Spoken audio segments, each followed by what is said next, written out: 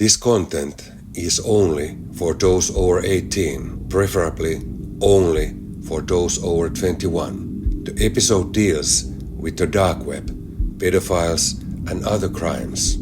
The information given by the interviewee on the subject is very disturbing, dangerous, incomprehensible and very sad.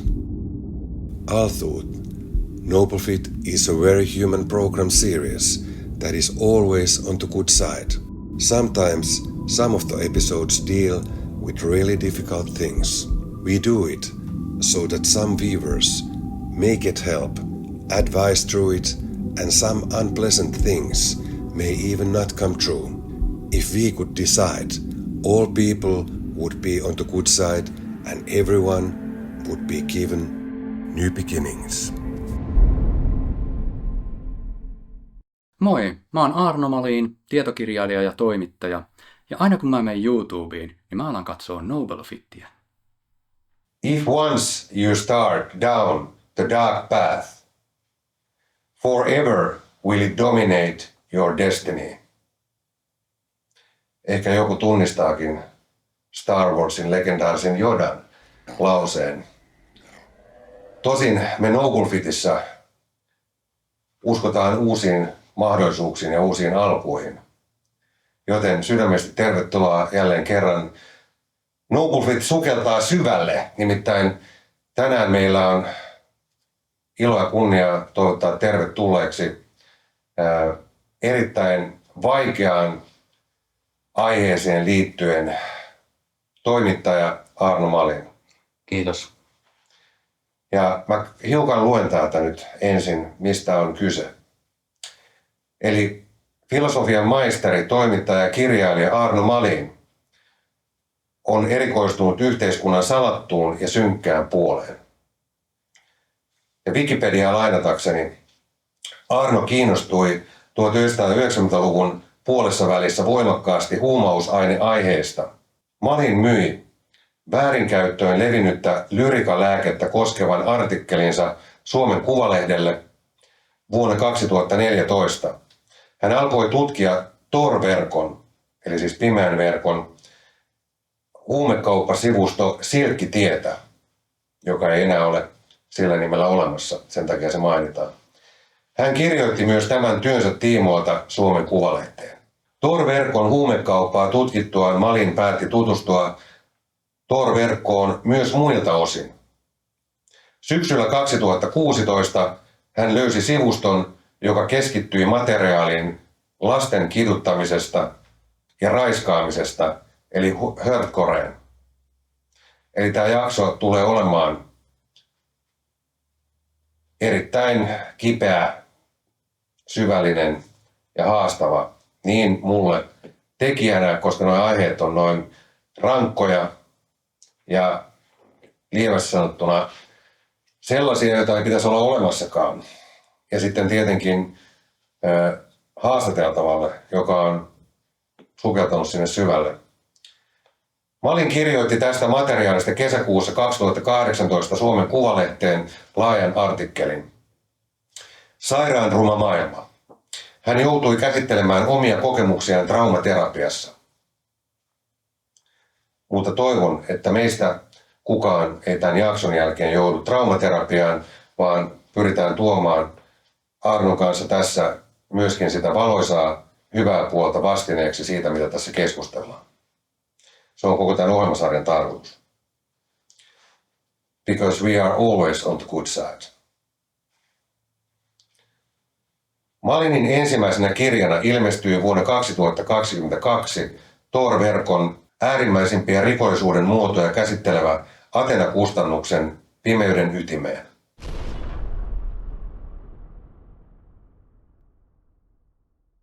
Meillä tulee toinen jakso myöskin Aarnon kanssa, joka käsittelee aivan eri asiaa. Ja lyhyesti siitä, mutta siis te, jotka kiinnostutte myös tästä aiheesta, voitte sitten myöskin ottaa haltuun sen toisen jakson. Eli Aarnolta tuli toinen kirja, saman Athena-kustannuksen 2023 ilmestynyt Mies, jota ei uskottu.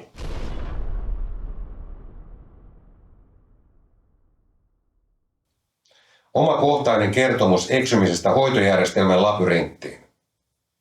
Toimittaja Arno Malinin tarina kuvaa pitkää taistelua hoidon ja ihmisarvoisen kohtelun löytämiseksi. Ajatuksia herättävä teos johdattaa hyvinvointivaltion varjoisammalle puolelle ja paljastaa kankean mielivaltaisesti toimivan järjestelmän, joka ei ole heikompien puolella, vaan heitä vastaan. Tästä siis myöhemmin Pimeän verkon jakson jälkeen.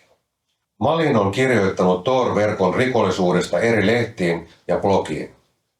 Häntä on usein kuultu mediassa ja pidetty Tor-verkon rikollisuuden asiantuntijana.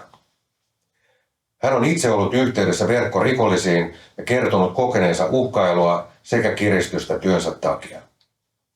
Malin toimi keskusrikospoliisin asiantuntijana Vastaamon tietomurtoa koskeneessa tutkinnassa.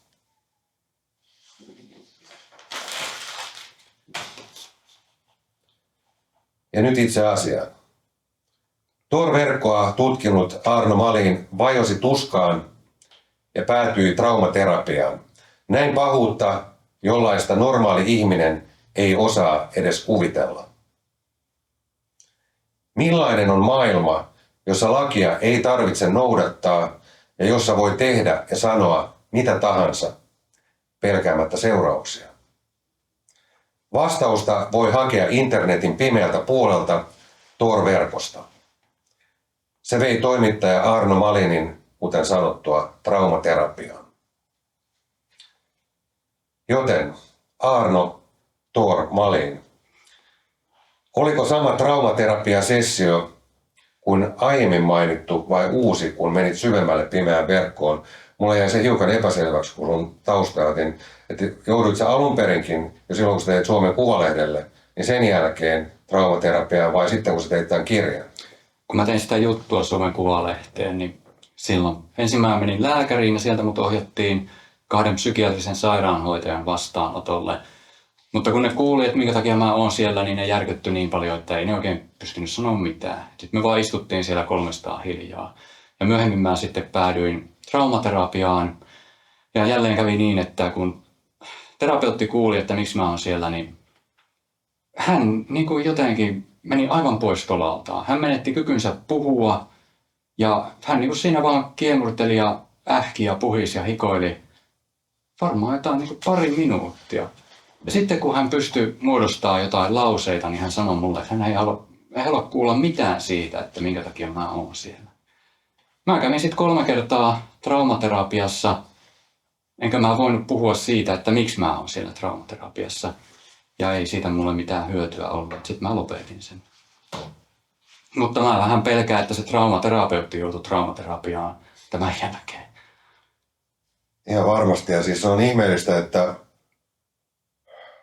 meillä ei ole sellaisia superluokan Hollywood-leffojen juristeja tai terapeutteja tai muita, jotka elokuvissa ainakin saa aikaan vaikka mitä ihmeitä, jotka oikeasti sydämellään siihen asiaan paneutuu.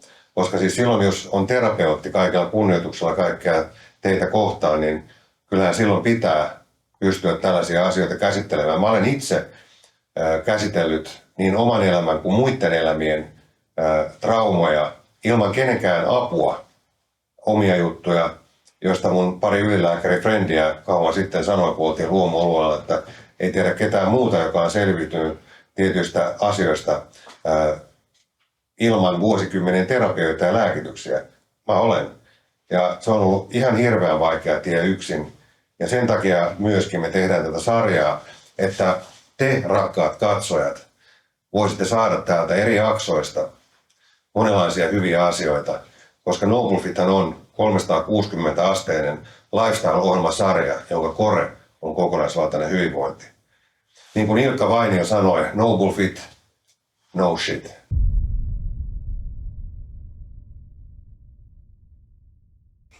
Eli täällä on myös viihdettä, täällä on monenlaisia asioita, mutta koska tämä elämä on mitä on, meidän pitää myös osata keskittyä sellaisiin asioihin, että me voidaan rakentaa semmoinen elämä itsellemme, läheisillemme ja toivottavasti myös muille, että täällä olisi kaikkien turvallista olla. Totta kai se on ideaalimaailma.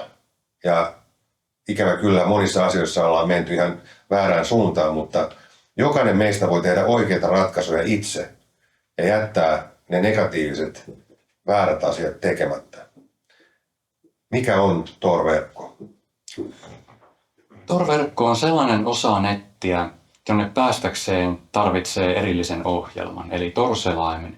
Sivustot, siis ne sivustot, joille pääsee vain Tor-selaimella, niin ne muodostaa Tor-verkon. Ja sitä kutsutaan myös pimeäksi verkoksi.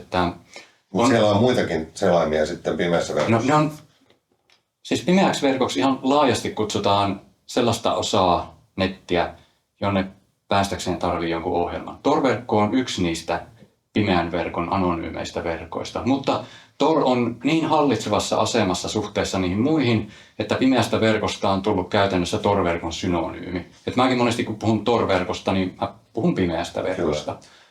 Ja idea on siis se, että kun Tor-selaimella liikkuu netissä, sillä voi siis myös avoimessa verkossa liikkua, niin sitä tietoliikennettä ei voi jäljittää. Ja tämä on tietysti... VPN? No tietyllä tavalla joo, mutta se Tor-verkon idea on aivan erilainen kuin VPN:llä. Siis lopputulos on aika lailla sama. Sitä, että kumpaakaan ei voi jäljittää. Niin, aivan, kyllä. Joo. Muusta en tiedä. Ja Tor-verkon idea on siis se, että kaikki sen liikenne kulkee 3 sattumanvaraisesti valitun välittäjäpalvelimen kautta. Niitä palvelimia on 6000 maapallolla ja ne on kaikki vapaaehtoisten ylläpitämiä. Ja lisäksi se tietoliikenne salataan kerroksittain niin, että jokainen palvelin avaa yhden kerroksen ja vasta se viimeinen palvelin näkee sen tietoliikenteen varsinaisen, siis sen kohde IP-osoitteen. Kerroksittain, eli se O tarkoittaa onion. Niin, aivan, kyllä joo. Eli sipuli kuoritaan. Joo, että tässä puhutaan niin suomeksi sipulireitityksestä. Aivan. Ja kun kyse on siis tällaisesta osasta verkkoa, jossa tietoliikennettä ei voi jäljittää, niin totta kai siis rikolliset on pistänyt mielikuvituksensa liikkeelle ja pyrkinyt hyödyntämään sitä kaikin mahdollisin keinoin. Ja sen takia Tor-verkko tunnetaankin lähinnä huumekaupasta ja lapsipornosta. Että Tor-verkossa voi tehdä asioita, mitä ei voi tehdä avoimessa verkossa jäämättä kiinni. Jos mä oon oikein antanut itselleni kertoa, niin internet, joka on lähestulkoon kaikkien saatavilla, jos vaan sellainen yhteys löytyy, niin on jaettu 3 eri osaan käytännössä. Ja se avoin verkko, jos ajatellaan tällaista pyramidirakennetta nyt vaikka siihen, se avoin verkko on vain jäävuoren huippu, eli se, missä me kaikki yleensä olemme, missä on kaikki somekanavat ja monet muut asiat ja yritysten nettisivut sun muut. Mutta sitten jos mennään jonnekin seuraavalle tasolle siitä, ja siellä on sitten jotain eri hallintoelimien ja jopa kirjastojen jotain juttuja, missä sitä kutsuttiin se seuraava tasoa? Se on syväverkko. Syväverkko. Eli avoin verkko, syväverkko. Ja sitten siellä alempana on sitten se pimeä verkko. Ja se tosiaan avoin verkko on vain jäävuoren huippu, vaikka se tuntuu, että sehän on ihan järkyttävän suuri se netti.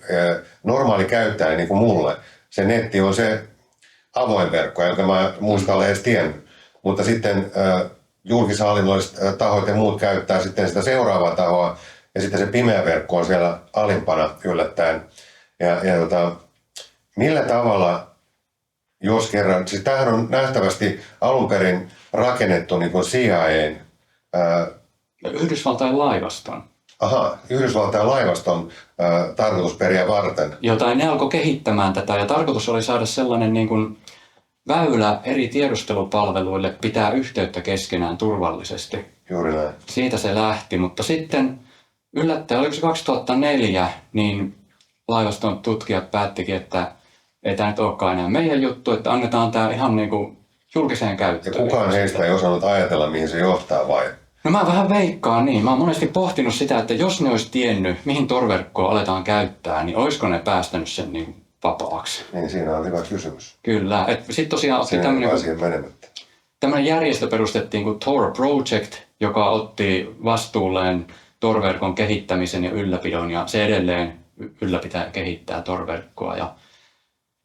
Ja tämä Tor-verkon niin kuin huumekauppa, niin se lähti sitten kunnolla käyntiin 2011 ja veikkaan, että lapsipornoa siellä on ollut jo paljon sitä ennen levityksessä.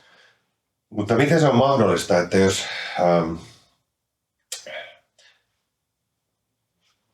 maailmassa, jossa teknologia on jo nyt niin huipussaan ja sen kehityskäyrä on ollut todella niin kuin ylöspäin koko ajan, niin miten se on mahdollista, että jos niin kuin valtiot kautta maailman ja erilaiset isot tahot ja järjestöt tietää tämän kaiken, niin miten se on mahdollista, että siihen ei pystytä puuttumaan, vaikka se on salattua, niin kaikestahan niin kuin tämmöisen normitavis käyttäjän mielestä jää jälki jonnekin, niin miten se on mahdollista, että tällaista ei pystytä purkamaan ainakin siltä osin, että siellä ei tapahtuisi sitä kaikkein pahinta, eli sitä lapsipornoa ja tietenkin huumekauppa ja muu tietenkin on myöskin äärettömän ikävä ja surullinen ilmiö.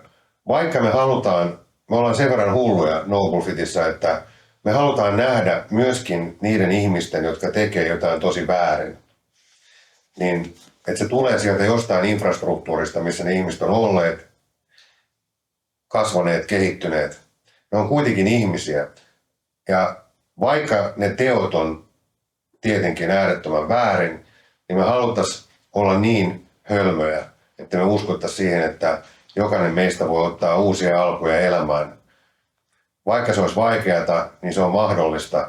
Ja jos ajatellaan, mitä hyvää saa aikaiseksi keskittymällä sinne hyvän puolelle, koska siellä pystyy tekemään myöskin niin paljon asioita.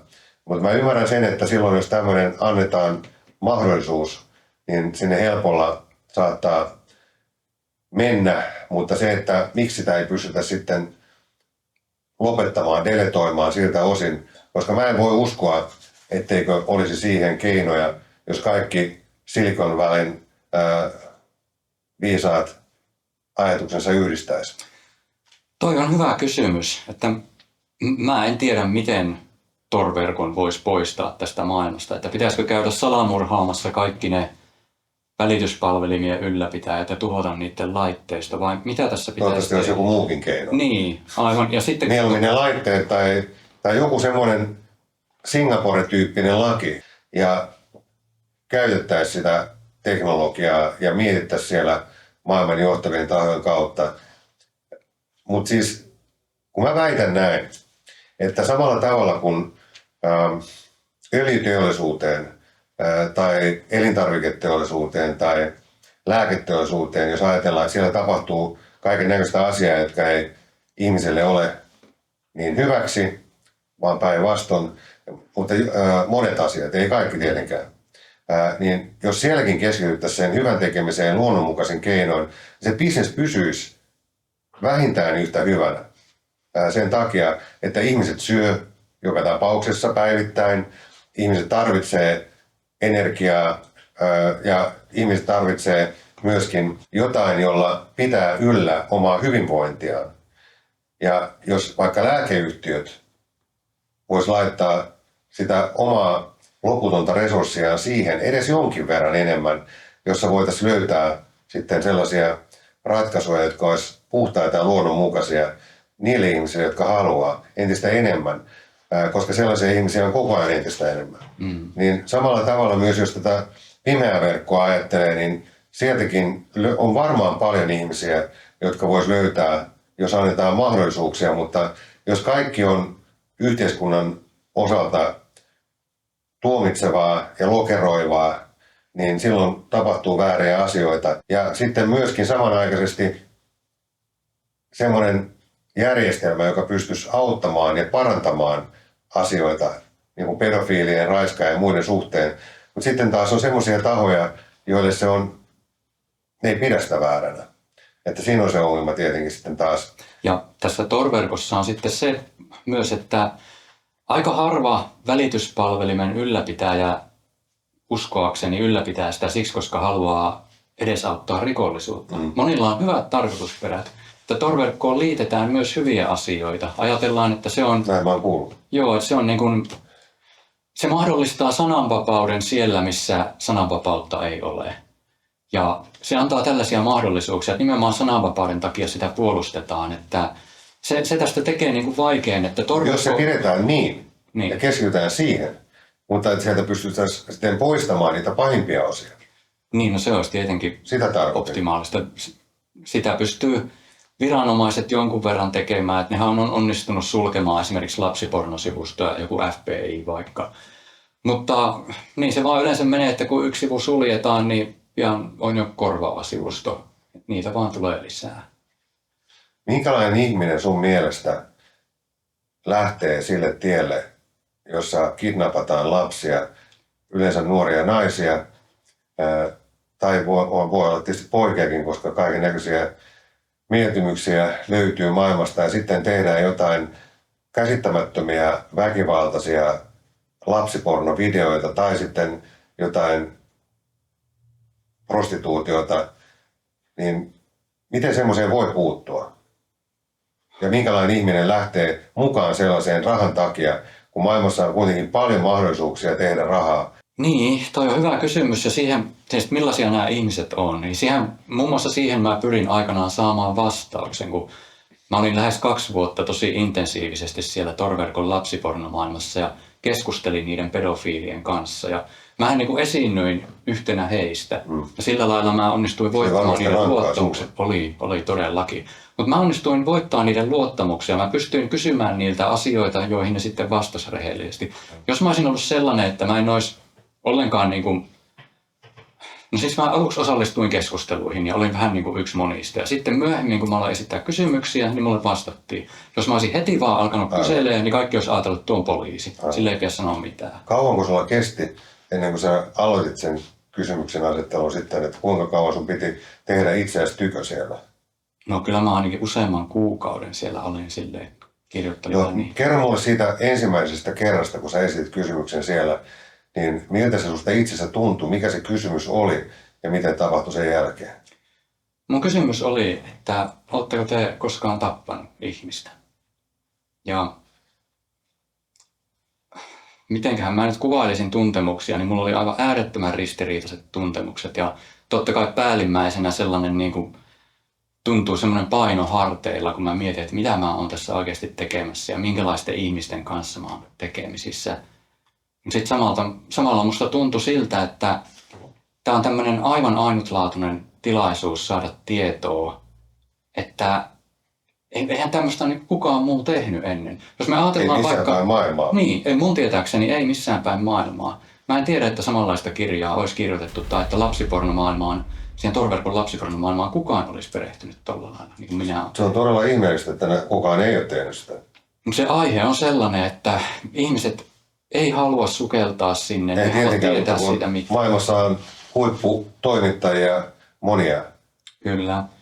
Siis mä tiedän, on yksi semmoinen australialainen toimittaja, joka on tehnyt paljon kirjoja torverkosta ja sen rikollisuudesta, mutta sekään ei ole koskenut tähän lapsipornomaailmaan.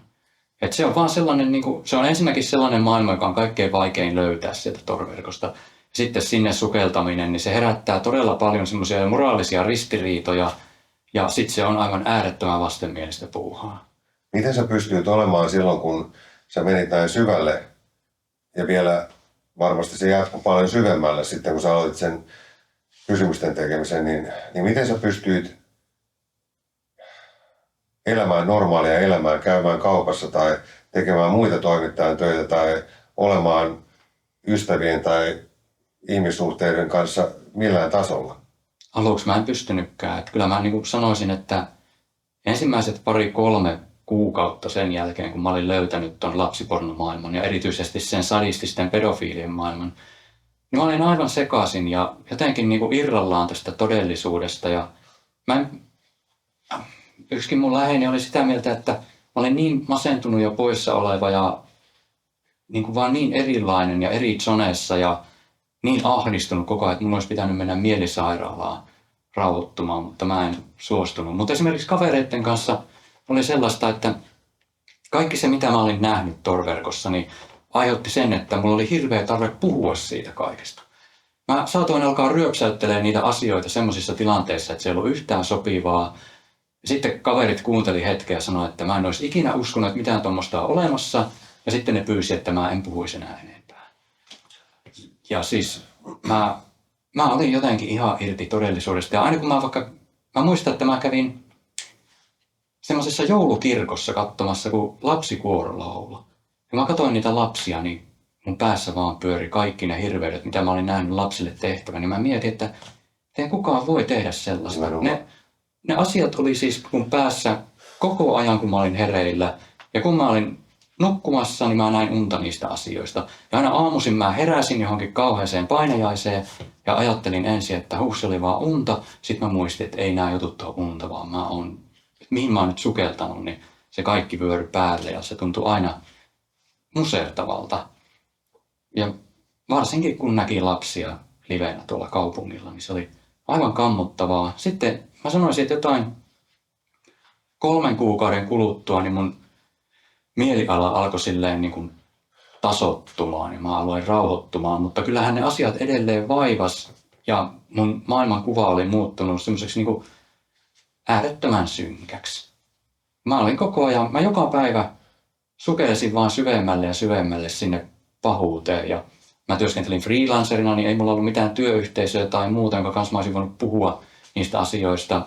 Ja sitten se ilmiö oli vielä semmoinen, että viranomaisetkaan ei tiennyt sitä. Että mähän haastattelin keskusrikospoliisin sellaista rikosylikomissaariota, joka oli erikoistunut torverkon lapsipornoon. Eli hän oli niin kuin tämän alan asiantuntija Suomessa. Ja hänkään ei tiennyt, että Tor-verkossa on semmoinen sivusto, joka on keskittynyt pelkästään sadistiseen materiaaliin. Ja että semmoisia sivustoja on ollut aikaisemminkin. Tämä kaikki tuli hänelle ihan yllätyksenä. Hän luuli, että siellä on vain semmoinen sivusto, johon on kirjoitettu tarinoita. Ja sitten siinä vaiheessa, mä myöhemmin juttelin sitten hänen kanssaan, niin hän sanoi, että jotenkin näin sanoi, että tämä oli niin kuin ensimmäinen kosketus hänelle tällaiseen materiaaliin, mitä mä toin lehtijutussa ja myöhemmin kirjassa esille. Ja sitten sen jälkeen pikkuhiljaa heilläkin alkoi olla sellaisia keissejä, lapsipornokeissejä, mihin liittyy hyvin väkivaltainen materiaali. Sitten sitä alkoi niin kuin pikkuhiljaa tulemaan myös heille. Ja se oli aika pahaa, kun mä tunnistin, että mä oon niin semmoisen ilmiön äärellä, että sitä ei edes Suomen ne viranomaiset tiedä, joiden kuuluisi olla sen alan asiantuntija. Eikä varmaan maailmanlaajuisestikaan kovin moni sitten. Niin, kyllä. Että jossain FBI:ssa kyllä varmasti tiedettiin. Mä itse asiassa tiedän, että mä kerron tuossa kirjassanikin yhdestä sellaisesta sadistisesta pedofiilista, joka sitten otettiin kiinni sinä aikana, kun mä tein sitä lehtijuttua.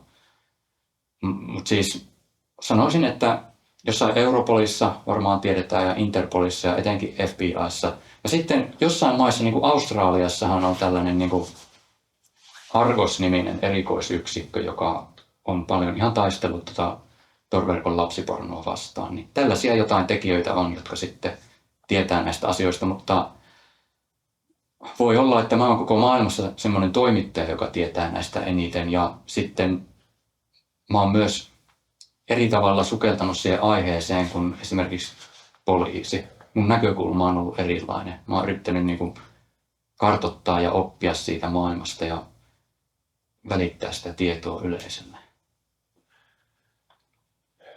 Todella rankkaa settiä kyllä. Siis sä sanoit tuossa, että sun kaverit ei halunnut kuitenkaan kuunnella. Mulla on myös semmoisia ystäviä, jotka osan laitan isoihin sitaatteihin, koska vaikka mulla ei ole mitään tajua tuosta, mitä sä oot joutunut kokemaan, niin ehkä tämän verran tajua siitä, että sä oot joutunut olemaan yksin sen asian kanssa ja sun kaverit ei ole jakaneet sitä eikä halunneet kuunnella, koska mä oon itsekin, niin kuin äsken sanoin, niin yksin selvittänyt oman elämän infernaalisia käänteitä, jotka on ollut, tämä ei ole syytös, mutta ollut niin kuin mun ulkopuolisten ihmisten aiheuttamia, että on huijattu ja pedetty sillä tavalla, että heikompaa huimaisi koko ajan.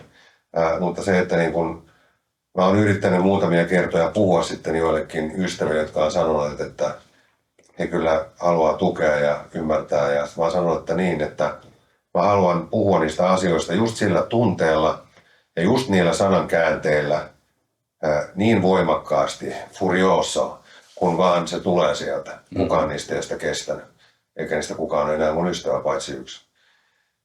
Siis niistä 3, joilla mä yritin eri aikana näitä asioita. Okay. Ja siis se, että jos sulla on vielä miljardi kertaa rankemmat asiat, ja sitten mä ymmärrän myöskin niitä ystäviä sun tapauksessa, en omassa tapauksessa, koska mulla ei mitään tollasta, mutta siis siltikin rankkoja asioita, niin se, että tämän voisi vetää ehkä sillä tavalla kiteyttää, että mä en ole radalla eli ravintoloissa pitkiin aikoihin käynyt eikä kiinnosta, mutta aikoinaan kun tuli käytyä, niin mä huomasin tällaisen ilmiön, että jos sä menisit nyt ravintolaan ja siellä tulee joku sun kaveri ja sitten se kysyy, että moi Arno, että mitä kuuluu? Sun pitää vastata, että kiitos ja hyvää, mitä sulle? Sitten sanoo kiitos ja hyvää, sitten se on siinä. Vaikka te et olisi nähnyt vuosikausin tai vuosikymmeniin. Mutta jos sä rupeat kertoa, mitä sulle oikeasti kuuluu, ja jos se on jotain haastavaa ja vaikeata, niin kyllä ne aika äkkiä katsoo rannekelloa, vaikka niille ei rannekelloa olisikaan, että sori, että nyt pitää mennä eteenpäin, että on vähän muita asioita. Siis ihmiset on loppujen lopuksi ihan liian yksin, että ne teistä, joilla on hyviä ystäviä, niin kannattaa pitää kiinni siitä ja vahvistaa niitä. Ja tietysti perheenjäsenet ja kaikki tällaiset, mutta sitten myös sellaiset ihmiset, jotka on yksin. Silloin kun mä oon ollut yksin, niin mä oon kehittänyt sellaisen oman selviytymismetodin, jos mä en pidä asioita sisällä. Mä huudan ne vaikka seinille ja mossaan vaikka ACD sitä keskellä yötä ruokasalin pöydällä. Tai teen mitä vaan tollaisia asioita päihteettömästi. Siis mä en ole ikinä käyttänyt huumeita, et cetera. Niin se vaatii tosi paljon, mutta se pitää purkaa jotenkin. Ja jokainen yksinäinenkin ihminen voi sen tehdä, kehittää ne omat juttunsa, mutta ei kannata jättää sitä niin kuin sinne omaan päähän, että se ei hajoa jonain päivänä. Mutta miten sun pää jaksaa tällä hetkellä?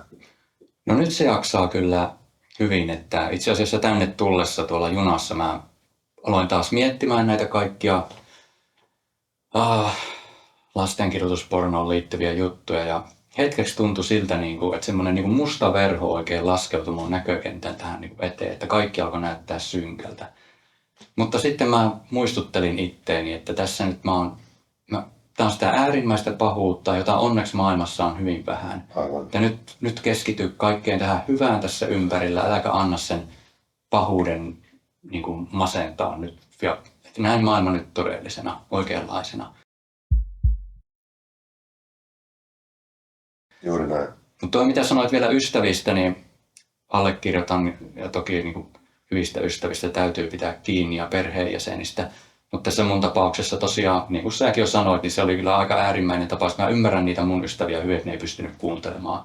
Eihän mun kirjaakaan pysty kaikki lukemaan. Mäkin ymmärrän, mutta jos joku on sun ystävä, niin sen pitäisi, vaikka se ei jaksaisi tai ymmärtäisi, niin sen pitäisi kuitenkin jostain löytää se jaksaminen. Eihän se ihminen ole joutunut kokemaan sitä, mitä sä oot joutunut kokemaan, vaan se voisi olla siinä sen aikaa puoli tuntia tai 30 päivää tai mitä se tarvitseekaan, että se voisi auttaa sua.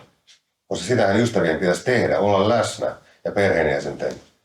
Kyllä. Ja perhe erityisesti on se kaikkein tärkein asia, nyt ja aina. Niin silloin oli mikä tahansa tilanne jollain perheen jäsenellä, niin se rakkaus ei koskaan muutu. Ei ikinä. Ei ole koskaan, kukaan perheenjäsen ei voi tehdä sellaisia asioita, että oikeasti lapsiaan rakastavat vanhemmat tai vanhempia rakastavat lapset laittaisi välejä poikki mistään syystä. Ei ole olemassa sellaisia asioita. Tietenkin on väärää tietoa, mitä voidaan saada, mutta sitten pitää itse selvittää ne asiat.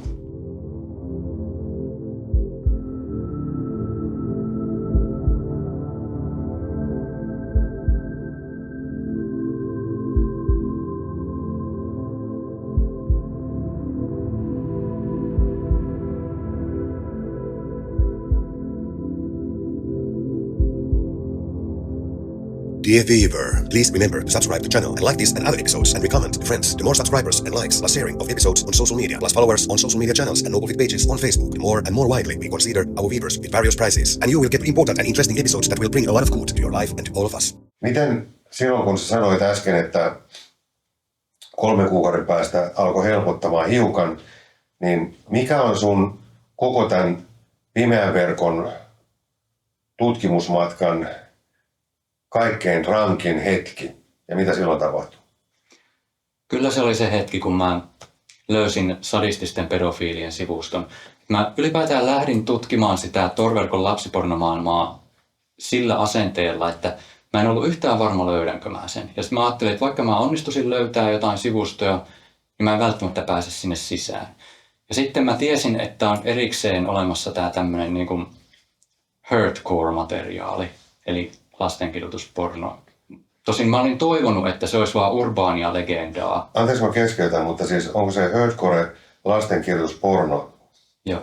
puhuu, niin onko se niin kuin, kun siis tietenkin jos joku on pedofiili ja tekee mitä tekee, niin onhan sekin jo kidutusta, jos mikä, mutta onko siihen päälle sitten vielä jotain niin kuin muuta väkivaltaa, kun sä sanoit, että lasten kidutus? Joo, siis tämmöinen niin sanottu tavallinen lapsiporno, niin onhan se siinäkin aina kyse lasten manipuloimisesta tai raiskaamisesta jollakin tavalla. Mutta tämä hardcore, eli lasten kidutusporno, niin siinä on nimenomaan tarkoituksena aiheuttaa maksimaalista kärsimystä lapselle, koska se sitten taas antaa maksimaalisen nautinnon sille pedofiilille. Ihan käsittämättömän sairasta. Se on, niin kuin, en mä tiedä maailmasta mitään sairaampaa. No ei voi olla. Ja sitten nämä ihmiset, ne käyttää koko mielikuvituksensa kapasiteetin siihen, että ne keksii toinen toistaan sairaampia keinoja aiheuttaa sitä äärimmäistä kärsimystä lapselle, jopa pienille vauvoille. Niin kyllä, tosiaan mä en siis tiennyt, että onko tuo ilmiö edes todellinen, mutta sitten mä löysin lapsipornomaailman, siis ne sivustot. Mä löysin tämmöisen lastenkidutuspornosivuston ja mä pääsin sinne sisälle. Miten sä pääsit sinne? No siinä se ei ollut temppu eikä mikään. Sinne pääsi sen, kun vaan kehitti tunnuksen ja salasanan ja sitten pääsi sinne. Ihan kun sä kirjautuisit jonnekin normaali juttuun. Kyllä, ihan tavalliselle johonkin keskustelufoorumille.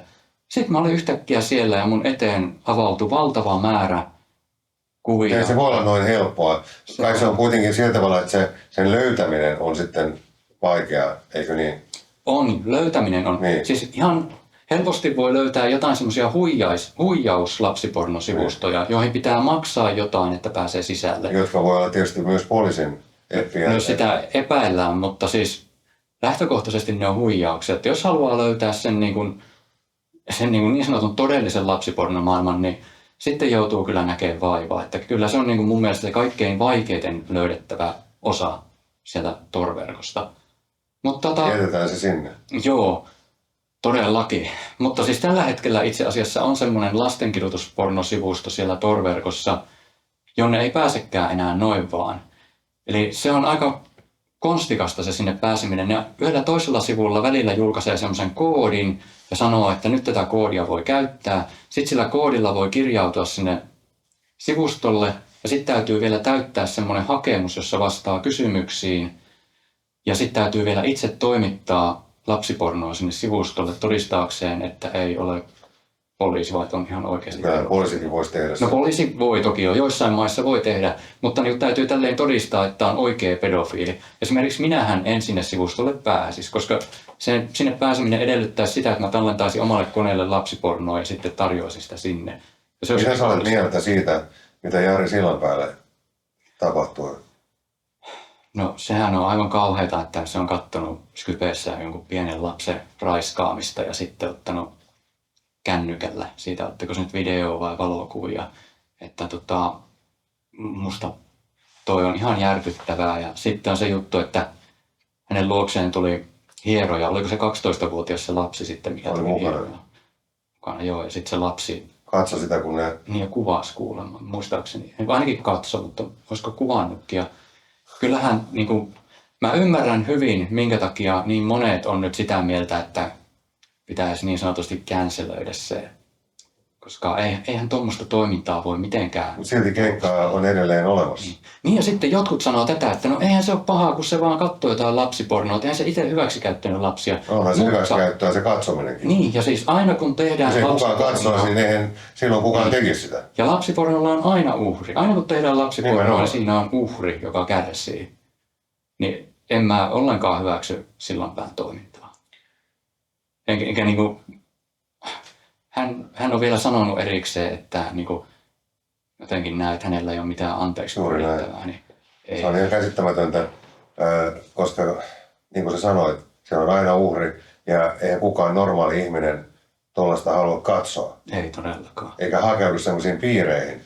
Että kyllä niin kun, vaikka en sitä musiikkia kuuntelekaan, niin loistavana artistina Jari Sillanpään kannattaisi hakeutua hoitoon.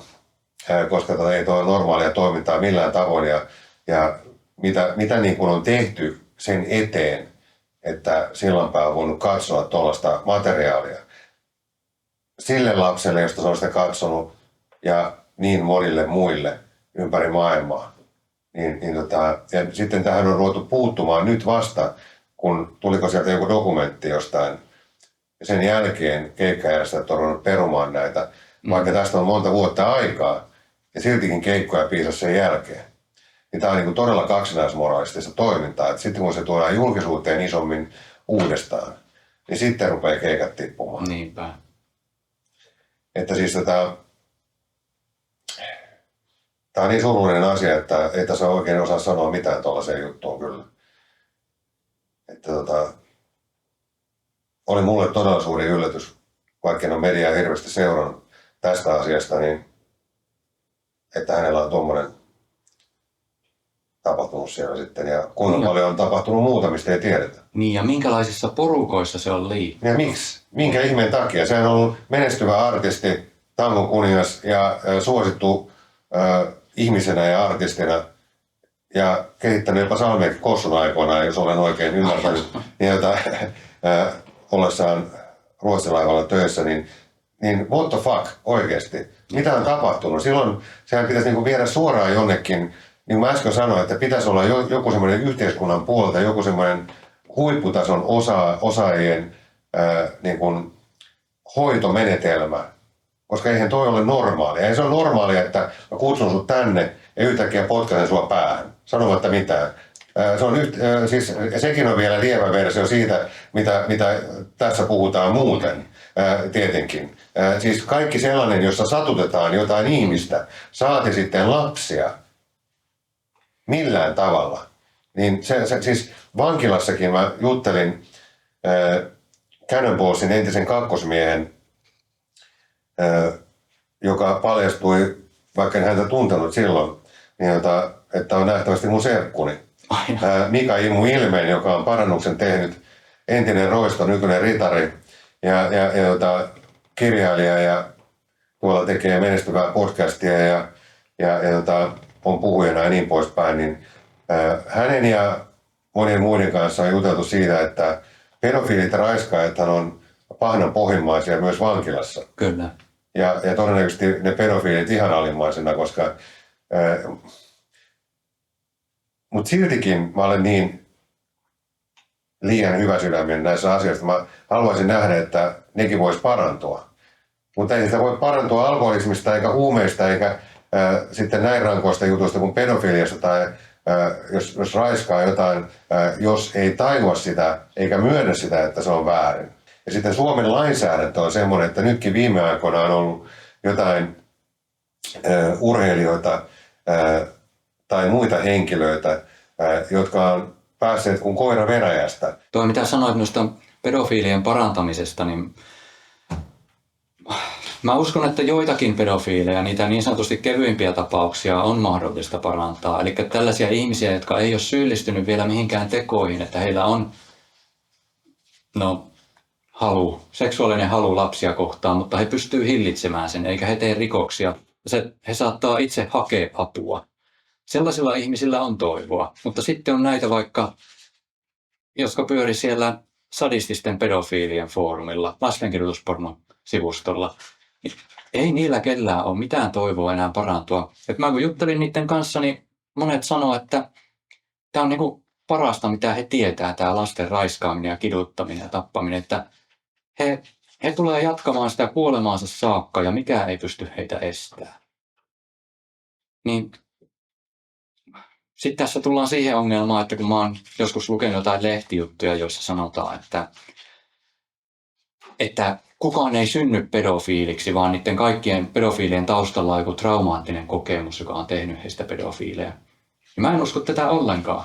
Totta kai jos tutkijat haastattelee kiinniotettuja pedofiileja, niin silloin ne pedofiilit sanoo niitä asioita, joita ajattelee sen haastattelijan haluavan kuulla, koska sillä lailla he pyrkii parantamaan omaa asemansa.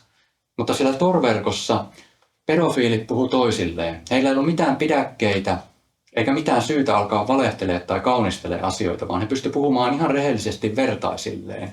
Ja silloin ne puhuu aivan suoraan. Ja moni sanoo, että ei heillä ollut mitään traumaa lapsuudessa tai että heillä on ollut oikein onnellinen ja hyvä lapsuus ja hyvä elämä. Mutta he on vaan jossain vaiheessa tajunnut, että he tuntee seksuaalista vetoa lapsiin ja he saa kaikkein suurimman nautinnon siitä, kun aiheuttaa lapselle. Se niitä kuohitaan. Niin kun heitä ei ole saatu kiinni.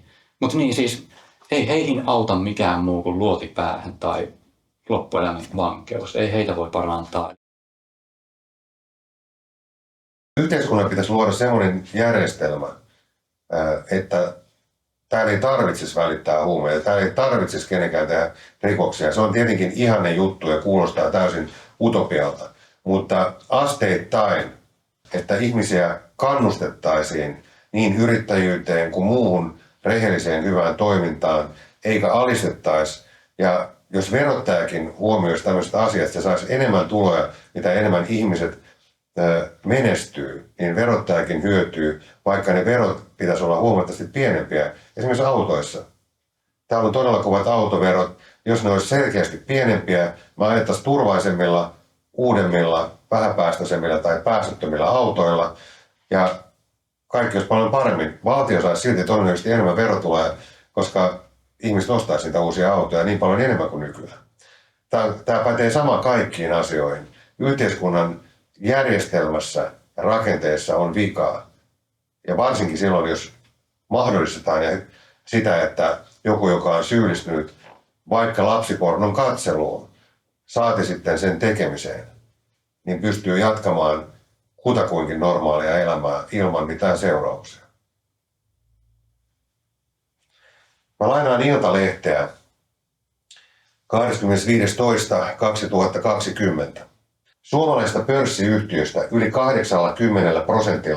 oli merkittävää haitallista näkyvyyttä dark webissä, eli pimeässä verkossa, mikä helpottaa hakkerointia ja kyberhyökkäysten valmisteluja talouselämämme toimijoita kohtaan.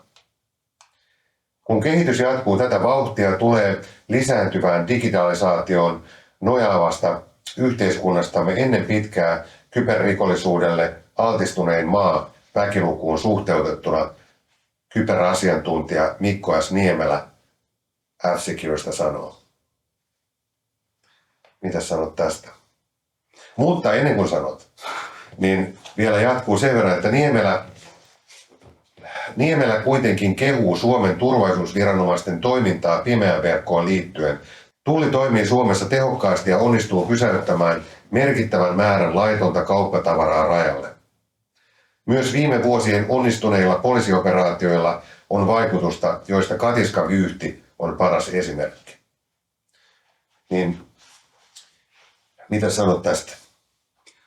No, tuosta Suomen tullista ja Suomen viranomaisista kyllä sen voisin sanoa, että hehän on onnistunut yllättävän hyvin esimerkiksi näiden huumerikollisten kiinniottamisessa, jotka toimii torverkossa. Ja itse asiassa Suomen tulli on kansainvälisesti niin hyvin tunnettu, että jossain tällaisissa torverkon kansainvälisissä huumemarketeissa niin jotkut myyjät ilmoittaa, että he ei lähetä huumeita lainkaan Suomeen, koska riski siihen, että ne jää tullin haaviin, on liian iso. Et totta kai se riski edelleen on pieni. Suurin osa huumeista pääsee läpi, mutta kuitenkin kun verrataan Suomen tullia muiden maiden tulliin, niin Suomen tulli suoriutuu erittäin hyvin siitä tehtävästä, että huumeita jää paljon enemmän haaviin kuin monessa muussa maassa. Entäs tämä näiden 80% suuryritysten haavoittuvuus? No se kuulostaa kyllä aika pahalta, mutta tuossa nyt mennään sellaiseen aihepiiriin, joka ei ole kyllä mun vahvinta alaa. Eli just nämä kaikki hakkerointijutut ja tämmöiset, niin mä en niistä paljon mitään tiedä. Torverkossa on jotkut omat yhteisönsä, tällaisiakin asioita varten, mutta mä en ole niihin kyllä perehtynyt. Selvä. Helsingin Sanomat kirjoitti seuraavaa 14. joulukuuta 2019. Tuhannet suomalaiset saavat pian rikoshistorian huumekaupoista pimeässä verkossa. Tarina verkon anonyymistä huumekeitaasta oli valhetta. Viime viikolla suuri määrä suomalaisia ymmärsi, että heille tulee sittenkin rikoshistoria huumekaupoista Silkkitie kauppapaikalla, vaikka Tor-verkko salaa liikenteen kaupoista jää jälkiä. Mitäs Aarno sanoo tähän? Joo, Tor-verkko tosiaan salaa liikenteen ja Tor-verkon salaus ei pettänyt tässä missään vaiheessa. Että se, miten viranomaiset sai tietoa tästä, mitä kaikkea Silkkitiellä on tapahtunut, niin se johtui siitä, että ne onnistuivat takavarikoimaan Silkkitien palvelimen, siis fyysisen palvelimen. Ja siellä kaikki tieto oli kuin tarjottimella. Sitä ei ollut siis kryptattu tai tuhottu, vaan kaikki tieto oli siellä tallella.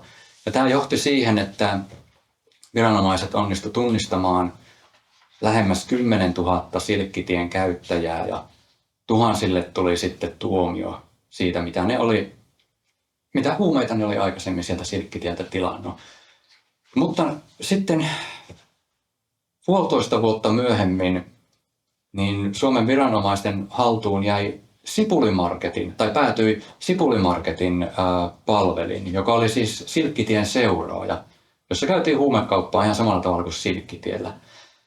Ja myös tosiaan se palvelin päätyi viranomaisten haltuun, mutta siitä ei ole sen jälkeen tiedotettu mitään. Ja mun tietoon ei ole tullut ketään Sipulimarketin käyttäjää, joka olisi joutunut viranomaisten kanssa tekemisiin tämän palvelin takavarikon takia. Ja käsittääkseni tämä johtuu siitä, että Sipulimarketissa tiedot oli niin hyvin kryptattuja ja sitten sieltä myös säännöllisin väliajoin tuhottiin vanhat tiedot. Että siellä oli vain uusimmat tiedot tallella. Ja näistä syistä johtuen ilmeisesti niin Sipulimarketin käyttäjät ei joutunut pulaan viranomaisten kanssa. Jälleen lainaa mediaa. 18. elokuuta 2018 Hämeen Sanomat kirjoitti seuraavaa. 100 000 ihmiset jakavat lapsista materiaalia, jota ei voi kuvitella pahimmissa painajaisissaankaan. Poliisin resurssit selvittää näitä rikoksia ovat riittämättömät. Lapsia kidnapataan ja pidetään vankeina. Heitä raiskataan. Kidutetaan ja kuvataan videoille. Lopuksi videot ladataan pimeään verkkoon, jossa 1000 ihmiset maksavat, jotta saavat katsoa noita videoita.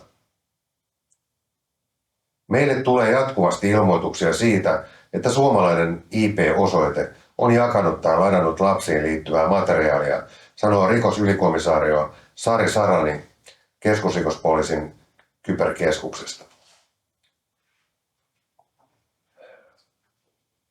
Ja sitten ihan vaan teille katsojat ajatuksena, että miten tämä voi olla tällaista. Ja Seuralehti kirjoittaa seuraavaa. Näin ja kohtasin Tor-verkossa pahuutta, jollaista normaali ihminen ei osaa edes kuvitella. Suurta stressiä aiheutti pelko, etten saa paljastettua pahuutta, vaan se jää piiloon. Kirjan julkaisu onneksi vei stressin pois. Kerrotko tästä enemmän ja 3 pahinta asiaa, mitä sä sun tutkimusmatkalla olet itsesi totaalisesti likoon laittaneena joutunut selvittämään tai kokemaan, näkemään? Joo, no tuosta miten stressi lähti kirjan kirjoittamisen jälkeen, niin mähän tosiaan kun mä tein Suomen Kuvalehteen juttua Tor-verkon lapsipornosta, niin lähes 2 vuotta, tai tarkalleen ottaen 1 vuoden ja 8 kuukautta mä olin niinku sukeltaneena sinne maailmaan. Mä olin koko ajan siellä. Mikä tuntuu nyt jälkeenpäin ajateltuna ihan älyttömältä. Paljonko päivässä? Sitä on vaikea sanoa, niinku, joskus jotain ehkä 3-4 tuntia, joskus vähemmän aikaa. Sitten mukana oli tietysti kaikenlaista sen niinku prosessointia. 3-4 tuntia tuommoisessa paikassa vastaa aika paljon enemmän missään muualla. Se, siis henkisesti se, että jos sä tekisit töitä vaikka 12 tuntia, niin sen kestää hyvin. Mutta se, että jos sä olet 3-4 tuntia tuolla, niin sehän vie siis, mä tarkoitan energiapuolella, niin se vie niin paljon enemmän sulta energiaa, kun sä oot tuommoisessa paikassa, kuin se, että sä tekisit pitkää päivää. Kyllä. Ja tosiaan se, miksi siinä kesti noin kauan, niin Suomen Kuvalehti ei oikein tiennyt, mitä se mun jutulla tekisi. Se juttu piti julkaista monta kertaa, mutta aina viime hetkellä se peruttiin. Ja mun piti koko ajan seurata sitä Tor-verkon lapsipornomaailmaa sitä varten, että jos siellä tapahtuisi jotain sellaista, jonka takia mun täytyisi tehdä muutoksia siihen juttuun tai lisäyksiä, niin sen takia mun piti niin tosi intensiivisesti vaan seurata sitä kaikkea. Ja sitten mähän keräsin ihan valtavan määrän tietoa, mutta siitä mä pystyin vain murto-osan pistää siihen lehtijuttuun. Ja sitten vielä, en mä voinut kaikkein rankimpia juttuja laittaa siihen lehtijuttuun, koska ei lukijat ole valmistautunut sellaisiin kauhuihin. Ei niin kuin minkään normaalin median käyttäjä ole valmistautunut siihen, että yhtäkkiä vyörytetään päälle jotain lastenkidutuspornoa. Ei tietenkään. Niin sitten mä jäin miettimään, että mitä ihmettä mä teen tällä kaikella tietomäärällä. Ja lopulta mä aloin tekemään sitä kirjaa. Ja kun se oli valmis ja julkaistiin, niin mulla oli aivan niin kuin autuas olo, kun mä pystyin niin kuin päästään irti siitä kaikesta. Mun ei tarvinnut enää pyöritellä niitä kaikkia asioita päässä ja miettiä, että mitä mä teen tällä tietomäärällä. Vaan se oli nyt kaikki kansien välissä ja yleisön luettavissa ja mä pystyin päästä siitä irti. Mulla oli niin kevyt ja hyvä olo ja mä olin ennen sitä kirjan julkaisua kärsinyt ihan hirveistä painajaisista, että mä joka yö heräsin joihinkin lastenkidutuspainajaisiin tai itteni kidutuspainajaisiin ja aina niin kuin sydän hakkasi ja mä valvoin jotain 1,5–2 tuntia niin kuin sai uudestaan unta. Ja tämä toistui siis joka yö. Mutta sitten kun kirja oli julki ja mä kävin aamu-tv:ssä puhumassa siitä, niin sen jälkeen ei mitään. Mä pystyin nukkumaan yöni rauhassa. Toki ne painajaiset tulee edelleen silloin tällöin, mutta kyse ei ole enää siitä, että ne tulee joka yö todella voimakkaina. Se oli kyllä monellakin tapaa niin helpottava kokemus se kirjan ulos saaminen. Ja kun kysyit noista kaikkein kauheimmista hetkistä, niin yksi kauhein on varmasti... Ei tässä luetella pitää 3, mutta sanoit vaan mikä itsensä tuntuu. No kyllä se oli just se, kun mä lopulta löysin sen lastenkidutuspornoon keskittyneen sivuston. Yritin päästä sisään ja pääsin sinne ihan helposti.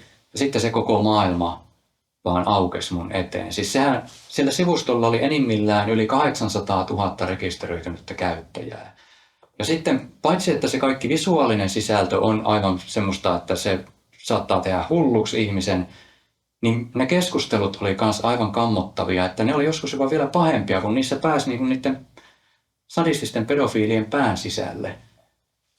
Se oli jotain todella synkkää. Ja sitten siis vielä ajatuksen tasolla se, että aina ennen vanhaa maailmassa, siis tällaisia sadistisia pedofiileja on aina ollut, mutta niitä on niin harvassa, että ne ei ole välttämättä elämänsä aikana löytänyt ketään kaltaistaan. Mutta nyt yhtäkkiä, kun meillä on Tor-verkko, niin sadistiset pedofiilit kaikkialta maailmasta on löytänyt toisensa ja muodostanut oman yhteisönsä, jossa ne auttaa ja tukee toisiaan ja kannustaa ja lietsoo sitä keskinäistä hulluuttaan ja ikään kuin normalisoi sitä omaa toimintaansa. Ja sehän on ajatuksena aivan kammottava. Ja se on todellisuutta. Se on niin kuin tämmöinen valtava muutos, minkä teknologia on tuonut mukanaan. Mitä siellä on tehtävissä? Kumpa mä tietäisin. Tor-verkon lopetus. Vaikka siellä on hyvääkin, niin jos siellä on noin paljon pahaa. Sepä se. Miten tämä infernaalinen prosessi, johon sä auttaaksesi muita ihmisiä laitoit itsesi likoon, niin miten se on muuttanut sua ihmisenä? Kyllä mun maailmankuva on pysyvästi muuttunut paljon synkemmäksi. Et mä olin aikaisemmin semmoinen aika sinisilmäinen. Mä ajattelin esimerkiksi, että kaikissa ihmisissä on jotain hyvää. Nyt mä tiedän, että se ei ole näin. Että on olemassa absoluuttisen pahoja ihmisiä, jotka tietää olevansa pahoja, tietää ehkä olevansa niin kuin äärimmäisen pahoja. Ja just siitä ne nauttii ja sitä ne haluaakin olla. Että se on heillä ikään kuin se polttoaine elämässä. Ja siis mä tiedän, että ihminen kykenee sellaiseen pahuuteen, mitä normaalit ihmiset ei pystyisi kuvittelemaankaan. Sellaisia ihmisiä elää täällä meidän keskuudessa ja niitä juttuja tapahtuu, mutta ne hyvin usein jää pimentoon. Mutta samalla mä yritän muistuttaa itteeni ja yritän niin kuin järkeillä, että että se on se äärimmäinen pahuus tässä maailmassa, että kuitenkin täytyy keskittyä niihin hyviin asioihin. On hyvä tiedostaa se pahuus, mutta meidän on keskityttävä hyvään ja mentävä kohti valoa. Mä en halua kenellekään pahaa. En edes niille, jotka on pahoja. Koska se on vastoin mun arvomaailmaa. Mutta siis silloin, jos joku tekee tällaisia asioita, niin mä en edes halua sanoa, mitä mä ajattelen. Koska siis jokaisen yhteiskunnan pitäisi pystyä suojelemaan omia kansalaisiaan ja erityisesti lapsia ja naisia, mutta kaikkia meitä. Ja se, että miten niille paroille on, jos ne on joutunut tommoseen, ne on kidnappattu jostain, ne on viety tommoseen, tietääkö kukaan, pääseekö kukaan sieltä pois? No ellei viranomaiset tule pelastaa, niin ei pääse pois. Että jos ajatellaan, että joku kidnapataan ja sitä raiskataan ja kidutetaan pitkään, niin eihän sitä enää vapaaksi päästetä, ettei se mene kertoa poliisille. Että se homma vie sitten loppuun. Eli se tapetaan tai sitten siellä tehdään, kun se kasvaa aikuiseksi, niin joku prostituoitu jonnekin harmiin. Mä veikkaan, että ne ei anna niiden kasvaa aikuisiksi, koska niitä kiinnostaa vaan lapset. Se on siis heillä fetissi, ja se on niin voimakas fetissi, että se menee kaiken muun edelle. Ei he käytä aikaansa aikuisiin. Heitä kiinnostaa vaan lapset. Pitääpä mainita tuosta kuolemanrangaistuksesta, että semmoinen varmaan tunnetuin sadistinen pedofiili on tämmöinen australialainen Peter Scully, joka muutti Filippiineille ja alkoi siellä tekemään erittäin sairasta materiaalia. Ja hänet onnistuttiin sitten saamaan kiinni kansainvälisellä poliisiyhteistyöllä. Ja kuvaavaa on, että Filippiineillä oltiin luovuttu kuolemanrangaistuksesta, mutta Peter Scullyn takia alettiin vaatia, että kuolemanrangaistus palautetaan. No ei sitä palautettu, että Peter Scully istuu loppuelämänsä vankilassa Filippiineillä. Mutta siis kyllä mustakin on tullut semmoinen, että mä ennen vastustin kuolemanrangaistusta, mutta kyllä mun mielestä kun Peter Scullyn kaltainen ihminen, niin ansaitsisi kuoleman.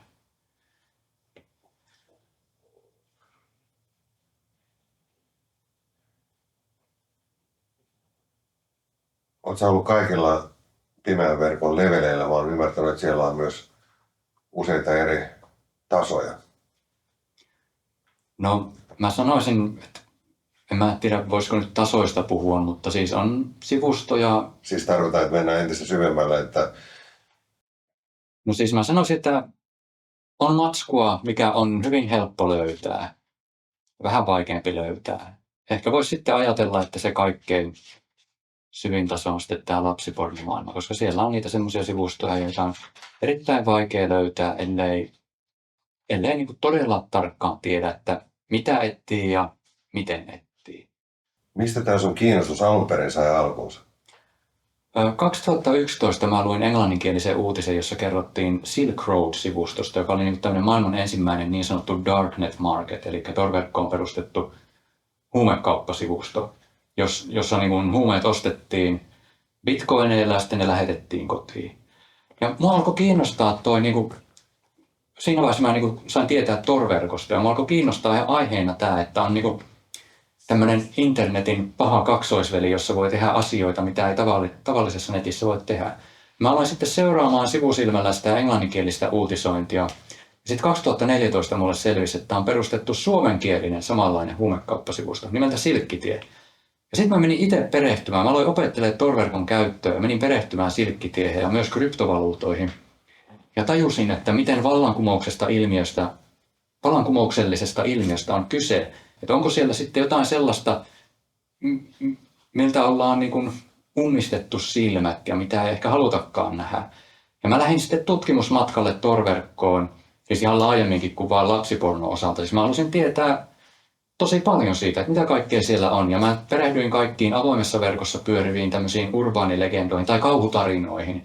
Ja halusin tietää, että mitkä näistä kauhutarinoista on totta ja mitkä on pelkkiä kauhutarinoita. Mähän toivoin esimerkiksi, että tämä lastenkirjoitusporno olisi yksi niistä kauhutarinoista, jotka ei ole totta. Mutta sitten osoittautui, että se olikin varmaan ainoa niistä kauhutarinoista, joka olikin totta. Että semmoinen niin tutkimusretkeilijän mentaliteetti mulla oli. Ja sittenhän kun mä pääsin tämän lapsipornoilmiön äärelle ja tajusin, että mä oon nyt tekemässä jotain sellaista, mitä ei välttämättä yksikään toinen toimittaja ole maailmassa ennen tehnyt. niin pakkohan mun oli jatkaa eteenpäin.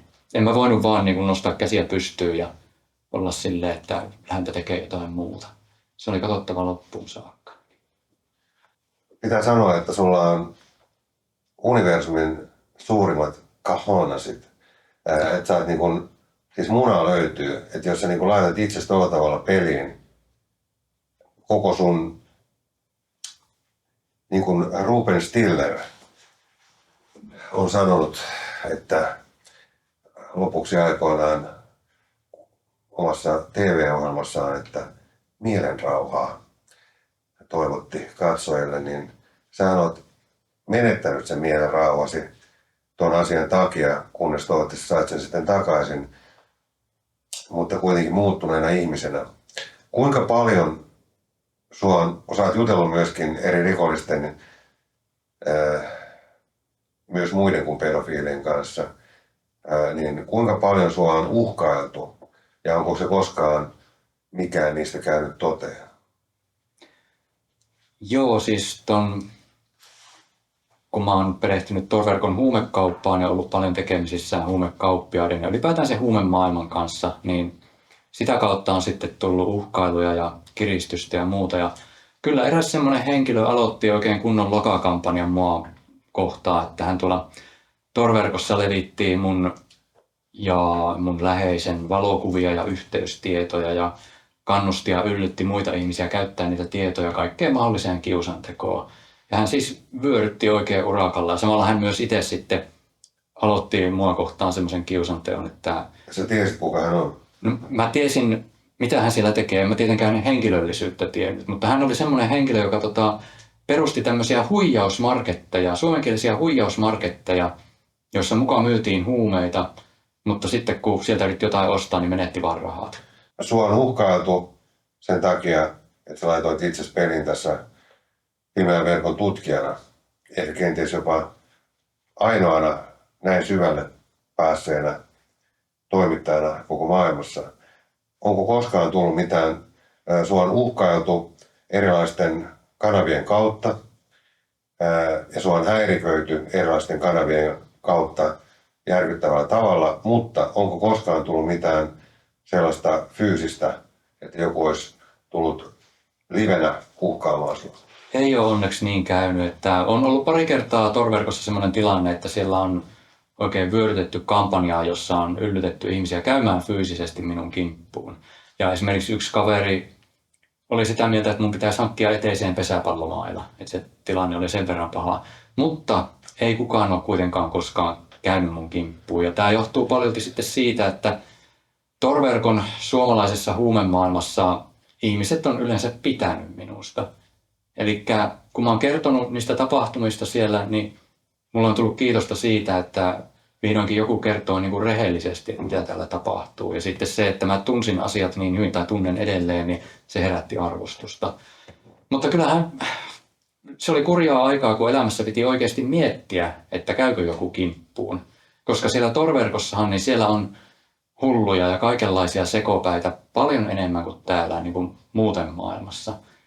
Kyllä siellä niitä psykopaatteja riittää. Mutta onneksi mitään ei ole sitten tapahtunut. Ja sitten jotain tällaisiakin juttuja on tapahtunut, että kerran esimerkiksi yhdestä marketista, niin sinne kaikki yksityisviestit, mitä mä olin lähetellyt siellä huumekauppiaiden ja marketin ylläpidon kanssa, niin ne vuodettiin nettiin. Ja se oli aivan kauhea tilanne kanssa. Mutta kaikenlaista tällaista niin kuin kiristämistä ja uhkailua ja tällaista doksaamista, niin on sitä tullut niin paljon, että mä oonkin viime vuodet sitten ottanut ihan etäisyyttä siihen aihepiiriin, että kyllä mä edelleen sitä seuraan. Ja esimerkiksi nyt tällä hetkellä on yhteydessä edelleen huumekauppasivuston ylläpitoon, koska aion haastatella, tai olenkin haastatellut häntä. Mutta pysyn verrattuna siihen, miten syvällä mä olin siinä maailmassa aikaisemmin, niin nykyään mä oon kyllä aika etäällä. Mitkä on sun parhaimmat neuvot suomalaisille ja kaikille maailman lapsille ja nuorille, jos joku lähestyy, niin kuin pedofiilithan voi lähestyä ihan avoimen verkon, sosiaalisten median kanavien tai minkä tahansa kautta, tai ihan livenäkin voidaan houkutella jossain koulujen läheisyydessä jonnekin pakettiautoon, että hei, täällä on kissanpentua tai täällä on jäätelöä tai karkkia. Älkää koskaan menkö, älkääkä uskoko rakkaat lapset ja nuoret tommoseen. Mikä on sun parhaat neuvot livenä, jos tapahtuu jotain, tai sosiaalisessa mediassa, tai missä tahansa?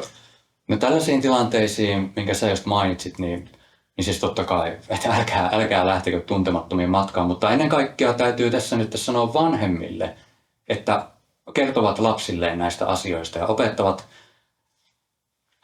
hyvät vanhemmat, opettakaa lapsenne olemaan varovaisia, siis tuolla reaalimaailmassa. Totta kai myös verkossa. Ja lapsille mä haluaisin sanoa sen, että kannattaa todella tarkkaan miettiä, mitä verkkoon pistää. Tai minkälaisia kuvia itsestään lähettää esimerkiksi kavereille. Koska tuolla lapsipornosivustoilla on valtavasti sellaisia pienten lasten toisilleen lähettämiä kuvia, jotka on sitten kuitenkin lähtenyt liikkeelle ja lähtenyt vuotamaan ja päätynyt muun muassa torverkon lapsipornosivustoille. Ja jotkut lapset ja nuoret on kuvannut itsestään vaikka kaikenlaisia riisuutumisvideoita ja itsetyydytysvideoita ja lähettänyt niitä sitten jonnekin, joskus jopa ihan tuntemattomille ihmisille, joihin ne on luottanut. Sitten ne on päätynyt torverkon lapsipornosivustoille, niin kannattaa todella tarkkaan miettiä, mitä kuvamateriaalia itsestään lähettää yhtään kenellekään. Varsinkaan tuntemattomia ei pidä koskaan luottaa. Juuri näin. Mutta jos tuollaista materiaalia lähettää avoimen verkon kautta, niin voisi kuvitella, että siellä pystyisi joku botti näkemään sen ja estämään sellaisen lähetyksen, jos on kyseessä alaikäinen ihminen. Mutta kato, kun aina tämä ei ole rikos. Jos me ajatellaan vaikka alaikäistä... Mutta vaikka ei olisikaan rikos, vaikka joku alaikäinen lapsi lähettäisi jollekin, vaikka toiselle alaikäiselle lapselle tai aikuiselle jostain ihmeen syystä, niin että siellä olisi joku semmoinen tekninen järjestelmä ja ne botit seuraa siellä ja sitten se ei menisi perille se viesti ollenkaan. Niin kun jotain tällaisia on, jossain esimerkiksi pystyy säätämään YouTubessa ja muualla, että jotain tiettyjä sanoja ei saa käyttää, jos laittaa kommenttikenttään. Niin samalla tavalla, että se pystyy, kyllä se nyt näkee siellä, jos siellä on jotain paljasta pintaa, se on alaikäinen. Kyllä, siis toivottavasti tuommoinen systeemi voisi olla, mutta ongelma tässä asiassa on siis se, että hyvinkin nuorilla lapsilla voi olla keskenään jo seksisuhteita. Ja jos se lähettää toisilleen matskua itsestään, jotain alastonmateriaalia tai jotain vaikka itsetyydytysmateriaalia, niin sehän ei itsessään ole rikos. Lapset voi lähettää toisilleen mitä vaan. Sitten jos se lähtee leviämään muualle, tahoille, jonne sen ei olisi pitänyt levitä, niin sitten sen materiaalin hallussapito on rikos, ainakin mikäli on täysikäinen ihminen. Ja siis tämä hallussapitäjä. Että toi on vähän tommonen, se on lopultakin aika monimutkainen. Että jos me kehitettäisiin joku tämmöinen systeemi, että kukaan ei voisi, aikuisetkaan ei voisi lähettää toisilleen mitään alaston materiaalia toisistaan, niin en mä tiedä, suostuisiko aikuiset siihen, tai pystyttäisikö tekemään semmoinen joku keinoäly, joka huomaisi, että nyt on kyse alaikäisistä, että tätä matskua ei... Kyllähän se nyt yleensä näkee, jos on kyseessä nuori lapsi. Kyllä se nyt erottaa. Niin mä en tiedä, miten se teknisesti sitten toteutettaisiin, mutta ehkä me joskus semmoinen jollekin nähdä. supernörtille tässä hyvä, tärkeä idea. Niin. Arno Malin. Sä olet nyt hetken aikaa Jumala. Saat päättää ihan mitä tahansa koskien pimeää verkkoa. 3 asiaa tai enemmän lyhyesti lueteltuna, mitä Jumala nimeltä Arno Malin tässä tapauksessa päättäisi, koska sinulla on annettu seuraavaksi lyhyeksi hetkeksi kaikki valta tässä ohjelmassa päättää tähän asiaan liittyvistä asioista. Ole hyvä. Tuli aikamoinen haaste. Tai sanotaan, että jos menet ihan jumaluusasteelle, niin tämmöinen Uber-päällikkö, joka saa, tämmöinen maailmanjohtaja, joka saa, sä olet nyt maailman kuningas, jossa saat päättää tästä asiasta ja sä olet hyvä sydäminen ja ihmiset alamaisesi, eli koko maailman väestön huomioiva, mutta kuitenkin tervehenkinen, itsevaltias. Että kukaan ei voi sinua estää, kun sä teet tämän päätöksen. Oikeastaan vastaus on aika yksinkertainen. mä väittäisin, että Tor-verkkoa voi käyttää vaan hyvään. Ja siinä se. Aivan. Lyhyestä virsi kaunis, niin kuin sanotaan. Ja tässä ollaan juuri siinä, niin kuin Pulkkinen aikoinaan sanoi, että nyt sä olet asian ytimessä, tai mitä se nyt olikaan. Mutta joka tapauksessa suomalaisethan on, vaikka ovatkin pääsääntöisesti hienoa kansaa, niin ja erityisesti asennetta ja rakkautta ja aitoutta teille kaikille, tosi teille kaikille katsojille ympäri maailmaa tietenkin. Mutta se, että Suomessa on ollut vähän semmoista liikaa alistumista joissain tietyissä asioissa johtuen myöskin historiasta.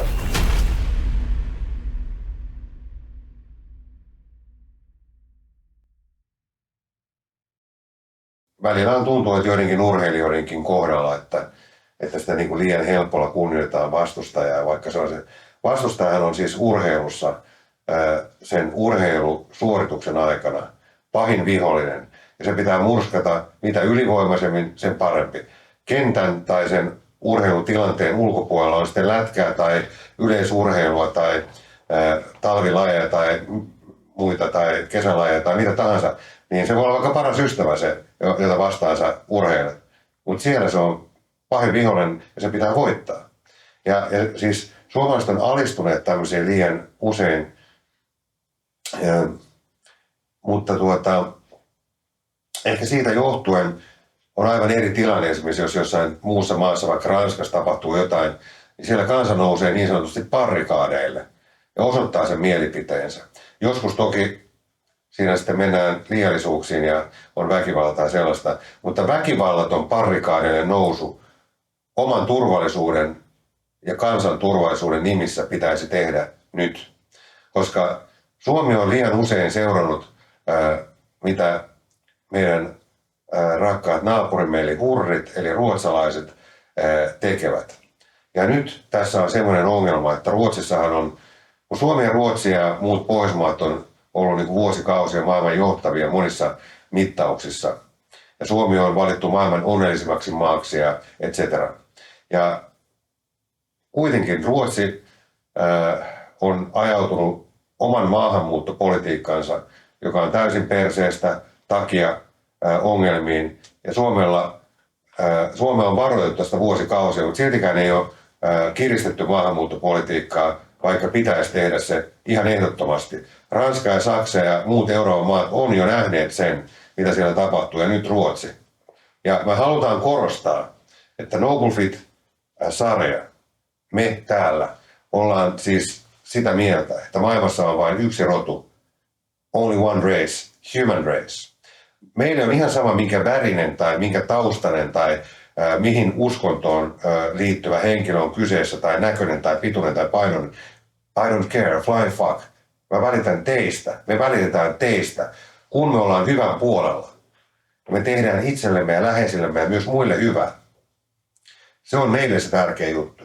Mutta jos joku poikkeaa siitä ja menee rikollisuuden puolelle tai väärän puolelle, tai mistä alussa Joda jo varoitteli, niin sinne voi jäädä. Ja silloin pitää nousta barrikaadeille. Me ei voida menettää meidän kansan turvallisuutta eikä NS-länsimaisen hyvinvointivaltion statusta sen takia, että täällä ei makseta riittäviä avustuksia oman maan kansalaisille ja niitä ei tueta riittävästi, mutta sitten tänne maahanmuuttaneille maksetaan suurempia korvauksia monissa asioissa ja tukia, ja sitten ulkomaille maksetaan, kun jossain Kreikassa tai jossain muualla tarvitaan, niin täältä maksetaan. Mutta entäs oman maan kansalaiset, joita pitäisi auttaa? Lapsiperheet, yksinäiset ihmiset, vanhukset, niitä pitäisi auttaa. Ja siis mä en missään nimessä, me ei olla rasisteja, vaan se vastakohta. Ja kun ihmiset on ihmisiä ja ihmisyyden puolella, niin tervetuloa, riittävä, sopiva määrä, juu. Mutta ei sitä, että tulee alueita, mitä Ruotsissa on, että sinne ei uskalla poliisit edes mennä. Koska sitten on päästetty sinne sellaista porukkaa, jonka kautta se rikollisuus ja väkivalta on lisääntynyt. Ei sitä. Ja mä haluaisin tässäkin löytää jonkun ratkaisun, että myös maahanmuuttajille ja myös, eihän kaikki, siis suurin osahan on hyvää porukkaa. Mutta silloin, jos on joku, joka tekee väärin, niin monet taas yleistää sen kaikkiin, ja se on väärin. Ehkä valkoisista ajatellaan samalla tavalla jossain muualla. Ja kaikki ajattelee toisistaan tällä tavalla, ainakin kaveripiireissään väärällä tavalla joskus yleistetään asioita. Ja sitä ei pitäisi tehdä. Mutta pitäisi keskittyä siihen, että meillä kaikilla maailman ihmisillä ja meillä kaikilla Suomen ihmisillä olisi mahdollisuus elää terveellistä, turvallista elämää parhaalla mahdollisella tavalla. Ja älkää koskaan antako kenenkään estää itseänne olemasta paras versio itsestänne. Mistään syystä. Mutta se pitää tehdä rauhan ja rakkauden ja asenteen ja aitouden kautta. God damn it. Niin minkä takia täällä ei nousta barrikaadeille väkivallattomasti ja puolusta meidän oikeuksia, vaan täällä on sellaisia vellihousuja kansalaisia, jotka äänestää samoja poliitikkoja uudestaan samoihin virkoihin, jotka lupaa silloin, kun on vaalikausi, että nyt tehdään tällaista. Mutta ei tehdäkään. Siellä pitäisi olla sellainen järjestelmä, jossa niistä lupauksista ollaan vastuussa. Jos ei niitä noudateta, niin palkka pudotetaan ensin näin, ja sitten jos ei ne vieläkään noudata, niin vielä lisää ja sitten kokonaan pois ja ulos sieltä ja paremmat tilalle. Koko poliittinen järjestelmä pitäisi uusia sillä tavalla, ja tietenkin poliitikot eivät varmaan eikä puolueet pidä, mutta että siellä olisi parhaat ihmiset. Singaporessa onkin näin. Eli kun mä ehdotin, että hei, miksei täällä ole sellaisia ihmisiä, niille maksetaan niin hyvin, että se kannattaa olla siellä, mutta ne on parhaita. Ne on oman alansa ylivoimaisesti parhaita, jotka johtaa tätä maata. Kyllä poliitikoille löytyy sitten nykyisille jotain muita hyviä töitä. Ja osa niistä olisi paljon paremmin palkkaisia ja vähempi stressaavia. Mutta se, että siellä Arkadianmäellä pitäisi olla ne ihmiset, jotka oikeasti osaa ja pystyy tekemään vaikeitakin päätöksiä ja aina isänmaan ja sen kansalaisten etu edellä. Olen puhunut. Ja siihen vielä lisää. Joo. Siihen barrikaadille nousuun. Tämä oikeastaan ei ole kysymys, tämä on toteamus.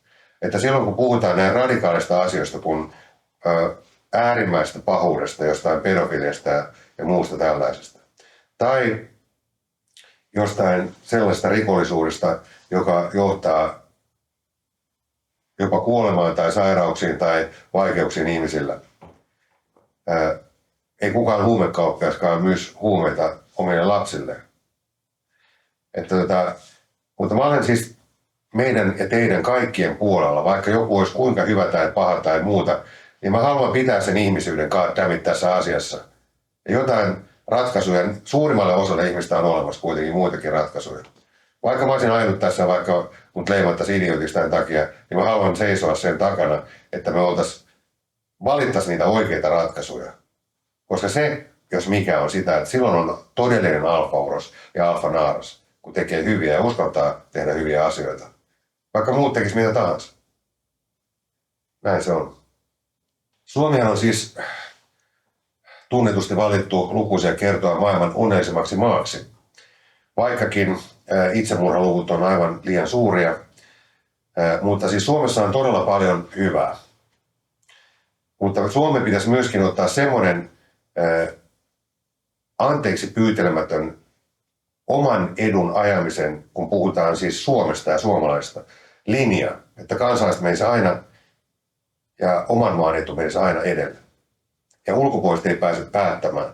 Mutta se, että niin kun Suomen pitäisi tehdä sellaisia ratkaisuja, millä tästä tehtäisiin maailman turvallisin maa. Me voitaisiin hyödyntää monia asioita verotuksen kautta, esimerkiksi Irlannin linjaa, ja tehdä tästä niin kuin Pohjois-Euroopan Monaco. Keli on vähän huonompi, mutta toisaalta parempi, kun täällä on 4 vuoden aikaa. Ja me voitaisiin tehdä oikeita ratkaisuja, koska kaikkeen löytyy aina ne oikeat ratkaisut, jos vain halutaan ne tehdä. Mutta silloin, jos joku menee heikoille jäille, niin kukaan niin idiotit, että seuraa sitä ja putoaa itse perässä. Kyllähän me olisi pitänyt oppia historian asioista ja muiden maiden asioista. Jokaisen meidän ihmisen ja maailman eri maiden. Mutta niistä vaan mennään niin kuin samoilla asioilla ja puolueiden edut yleensä ajaa sen ideaalin kansanedustajan oman idealismin edelleen. Jos ei se auta, niin sitten tulee valtionyhtiöiden hallintoneuvostojen jäsenyydet ja sen verran hyvät kokouspalkkiot ja muut etuisuudet, että se oma idealismi saattaa jäädä sitten jonnekin historiaan. Mutta toisaalta on myös näitä niin oman ideologiansa sokaisemia poliitikkoja, että mikään määrä maailman faktoja ja tilastoja ei muuta heidän mielipiteitään. Nyt ruudussa on auttavia numeroita. Ja jos joku on joutunut jollain tavalla uhriksi tai jotain on uhkailtu tai yritetty saada mukaan johonkin täysin väärään toimintaan, jos se liittyy pedofiliaan tai jos on joku raiskattu tai yritetty raiskata tai on esimerkiksi huumekaupan uhrina tai mitä tahansa, siihen liittyviä numeroita on nyt ruudussa, niin ottakaa yhteyttä. Älkää olko asioiden kanssa yksin, koska jokainen teistä on laulun arvoinen, niin kuin sanotaan, tai jokainen meistä, niin sehän tarkoittaa juuri sitä, että elämä on elämisen arvosta meille jokaiselle. Jos sieltä löytää, siis mullakin on tapahtunut vaikka mitä shittiä elämässä, ja mä oon silti valinnut sen hyvän tien. Mä voisin olla minkälainen tahansa sarjamurhaaja tuolla, jos mä niin olisin noudattanut sitä, että mä haluan kostaa, mitä mulla on tapahtunut. En halua. En kenellekään. Mä haluan alfa-uroksena toimia positiivisten, rakkaudellisten ja asenteellisten ja aitojen asioiden puolesta. Näin se menee. Ja päättäjille vielä haluaisin sanoa, että me ei haluta ketään päättäjää tai poliitikkoa dissata sinänsä. Mutta kerätkää sieltä teistä parhaimmat semmoinen aivoreihin ja toimikaa sen puolesta, mikä on oikein. Samalla saatte kyllä varmastikin jatkokausia paremmin ja helpommin kuin kukaan muu. Tästä ollaan puhuttu jo aikaisemminkin, mutta haluan silti vielä kysyä tätä. Ilta-Sanomat kirjoitti aikoinaan: Suomessa pimeää verkkoa ja siellä tapahtuvaa rikollisuutta tutkii keskusrikospoliisi. Se saa keskusteluista säännöllisen epäsäännöllisesti vinkkejä, mutta pimeän verkon anonymiteetti vaikeuttaa tutkintaa. Rikoskomissaario Jyri Hiltunen kertoo.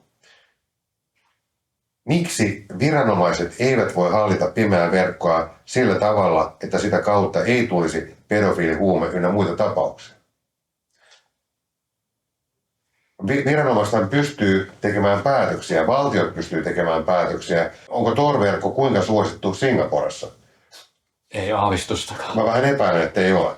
Mä en tarkoita nyt ihanoida, mä en edes tiedä sitä mallista niin paljon, mutta siis se, että siellä niin kuin puututaan asioihin, eikä vaan anneta asioiden olla. Täällä niin kuin ihmiset heittää roskia kaduille ja tyhjiä kaljatolkkia ja muita tai luontoon, joka on mun mielestä niin kuin ihan tosi törkeetä. Mutta eipä tehdä siellä Singaporessa, koska siitä on seurauksia. Ja silloin, jos saa elää pellossa, niin monet elää pellossa. Itse asiassa mä kerran aloin suunnittelemaan juttua seuraan. Siis siltä pohjalta, että voisiko pimeän verkon tai torverkon kieltää. Ja mä totesin, että en mä pysty löytämään tarpeeksi mitään riittävän luotettavaa tietoa tästä aiheesta. Että mä en osaa sanoa, että voiko sen kieltää ja jos ei voi, niin miksi?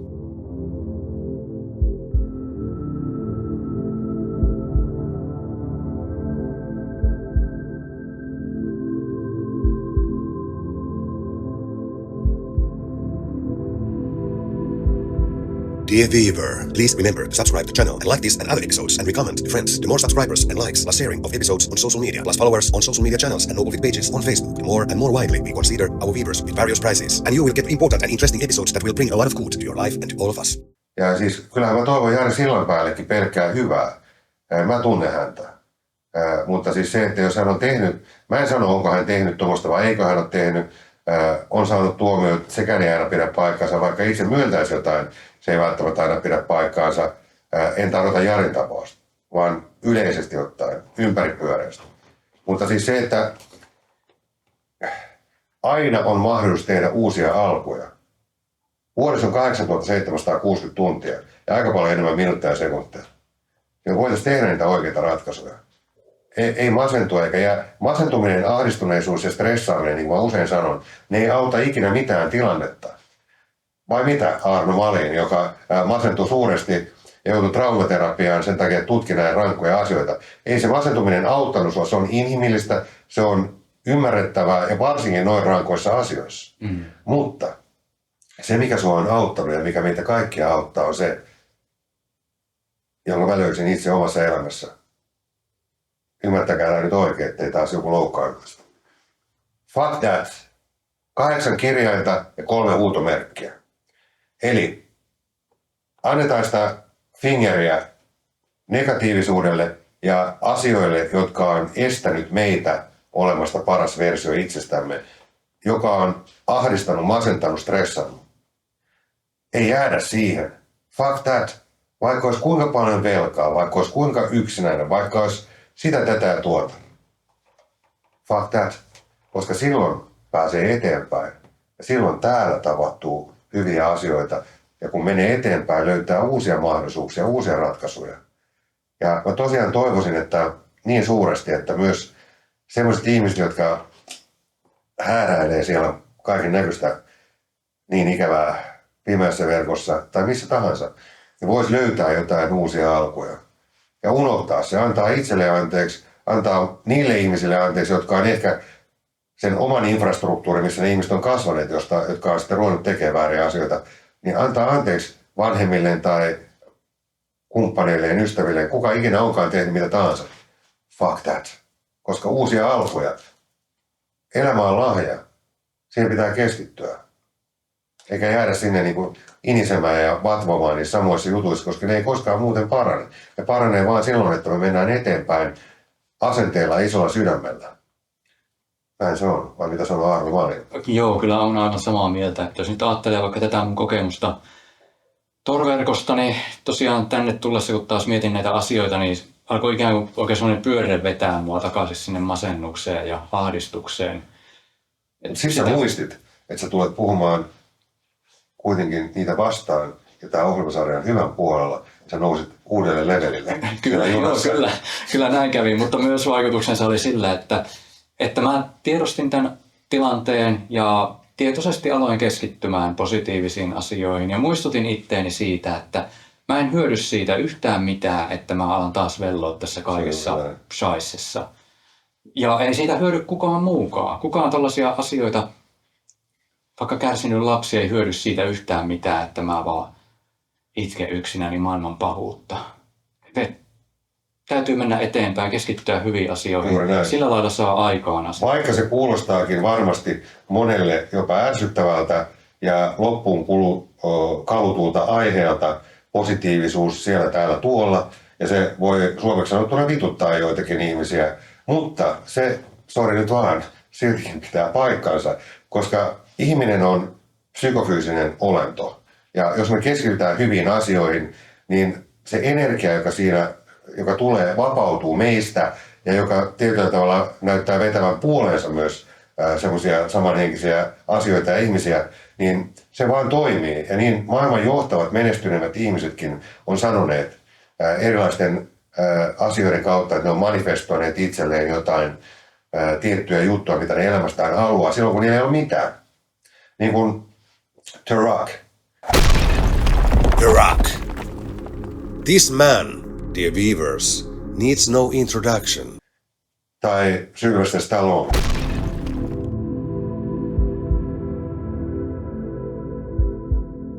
Tai monet muut, joilla ei ole mitään välillä. Ja sitten ne on nähneet sen, mitä ne haluaa, ja menneet sitä kohti. Tai niin kuin yksi Hollywood-näyttelijä sanoi, että hän, jos haluaa jotain, hän menee suoraan etuovesta. Jos ei pääse, hän menee sivuovesta. Jos ei pääse sieltäkään, hän menee takaovesta. Ja jos ei David pääse sieltäkään, niin se kaivaa tunnelin sinne ali ja menee sieltä. Mutta ei luovuta. Never give up. Koska luovuttajat ei saa mitään.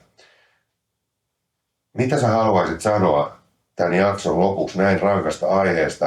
Mä oon yrittänyt tätä hiukan tarkoituksellisesti ja luonteeni takia ihan spontaanisti tulee niin kuin tämmöisiä kevennyksiä, että tämä ei ole pelkästään sitä, että tässä puhutaan niin rankoista aiheista kuin nämä on. Niin mä en halua sitä pelkästään sitä heittää ihmisten päälle. Mä haluan tuoda toivoa. Sano toivon sanoja jollain tavalla kenelle tahansa ihmiselle, joka tätä katsoo, Ja sitten sen lisäksi tietysti lapsille, ja ennen kuin sen sanot, mä haluaisin sanoa itse sen verran, että vaikka se elämä olisi minkälaista tahansa, vaikka olisi yksinäisyyttä tai ei olisi kunnon frendejä tai vaikka olisi koulukiusaamista tai aikuisen isommilla opiskelu- tai työpaikkakiusaamista tai somekiusaamista tai mitä tahansa shittiä, mitä ei pitäisi olla ollenkaan. Koska just niin kuin tämä pimeä verkko teknologian kautta on mahdollistunut ja samoin sosiaalisen median ikävät puolet, niin fuck that. Keskitytään niin hyviin asioihin. Jos pimeässäkin verkossa löytyy jopa hyviä asioita, saati sitten normaaliverkossa, avoimessa verkossa ja elämässä, siellä on niin paljon hyviä asioita. Ja se, että me ollaan elossa, se, että on niin paljon hyviä asioita, on ruokaa pöydässä, katto pään päällä, on ehkä joitain ihmisiä, joiden kanssa tavata. Ja asiat toimii, ollaan terveitä, mitä tahansa kenelläkin on.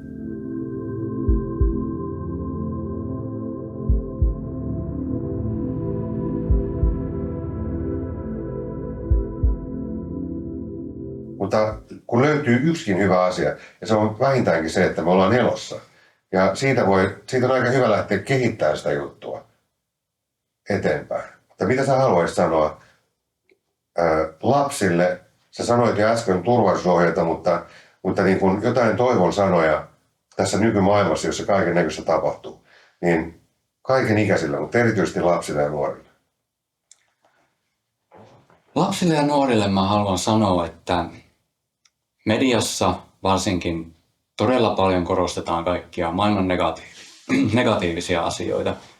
Fakta on kuitenkin, että me eletään turvallisemmassa ja yltäkylläisemmässä maailmassa kuin koskaan. Ja negatiivisiin asioihin keskittyminen, niin se ei vaan tee koskaan hyvää. Ja se, miten paljon meidän päälle vyörytetään kaikkia negatiivista, kaikenlaisia uhkakuvia, niin se on monella tapaa ihan harhaa. Kyllähän koko munkin elämän ajan on tullut jatkuvia pelotteluja maailman tuhosta, milloin minkäkin otsonikadon ja muun takia. Mutta tässä sitä vaan ollaan edelleen. Keskittykää hyviin asioihin ja älkää kritiikittömästi uskoko kaikkiin pelotteluihin ja kauhukuvia, mitä median suunnalta tuputetaan. Toisaalta älkää myös lähtikö siihen, että kadehtisitte ihmisiä, joilla kaikki näyttää olevan täydellistä somessa, koska ei se ole totta. Se on myöskin harhaa. Ainakin noin 99,5% siitä on harhaa. Mutta mun kirjan lukijoille mä haluaisin sanoa, että kirja on siis nimeltä Pimeyden ytimeen ja se kirjaimellisesti menee pimeyden ytimeen. Se sukeltaa sellaiseen pahuuteen, että sitä pahempaa ei ole olemassa. Ja moni lukija on kertonut mulle, että on oksentanut sitä kirjaa lukiessaan. Mä en tiedä ketään tai mitään muuta kirjaa, jonka lukijat olisi oksentanut sitä lukiessaan. Ja moni on myös kertonut mulle, että he on menettänyt mun kirjan takia uskonsa ihmiskuntaan. Ja on kerrottu, että kirjaa lukiessa mielenterveysongelmat paheni niin paljon, että piti lopettaa kirjan lukeminen. Elikkä kun te luette sitä minun kirjaa ja päädytte sen äärimmäisen pahan äärelle, niin kannattaa aina muistaa, että se on se niin kuin ääripiste koko meidän elämässä ja maapallolla, tässä meidän maailmankaikkeudessa, niin se on se kaikkein äärimmäisin paha, jonka mä oon nyt tuonut pinnalle. Ja melkein kaikki muu täällä maailmassa sitten onkin enemmän tai vähemmän hyvää. Niin on tärkeää tunnistaa pahuus ja pimeys maailmassa. Ja on tärkeää olla tietoinen siitä, mutta siihen ei pidä jäädä vellomaan, vaan sitä suuremmalla syyllä täytyy keskittyä kaikkiin valoisiin asioihin ja täytyy huomata ne kaikki hyvät asiat ja antaa niille arvoa. Mä toivon, että sillä tavalla mun kirjalla on myös positiivinen vaikutus ihmisiin. Ja tässä olikin oikeastaan kaikki, mitä mä halusin sanoa, että vaikka mä oon tuonut äärimmäistä synkkyyttä julki, niin mä toivon, että se kuitenkin auttaa ihmisiä näkemään kaiken hyvän maailmassa entistä selkeämmin. Kiitos, loistavasti sanottu. Ja tosiaan vaikka tämä käsittelee äärimmäistä pahuutta, niin jos sallitte, niin mä otan pienen esimerkin omasta elämästä, jossa ei ole tämän kaltaista pahuutta onneksi ollut ikinä. Mutta mulla ei koskaan oikeastaan ollut ketään, joka olisi opettanut niin kuin missään.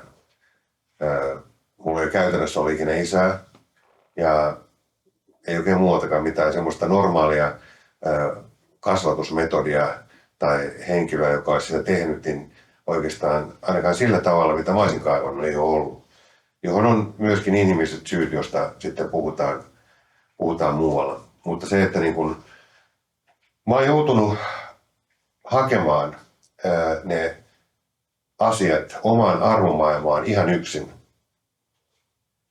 Ja vaikka on ollut vaikeuksia ja ikäviä ihmisiä lievästi sanottuna matkan varrella, niin mä oon valinnut sen hyvän. Ilman, että kukaan olisi sitä kehottanut, mä oon valinnut sen itse. Mä olisin voinut valita jotain muuta, mutta mä oon valinnut tämän.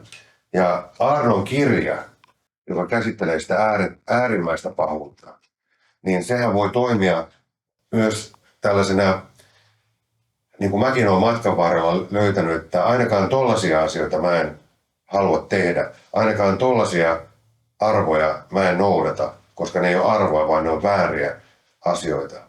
Ja mä oon löytänyt sen, että mitä mä haluan noudattaa. Ja tehnyt sen sydämellä, mikä resonoi mun sydämeni ja koko olemuksen kanssa.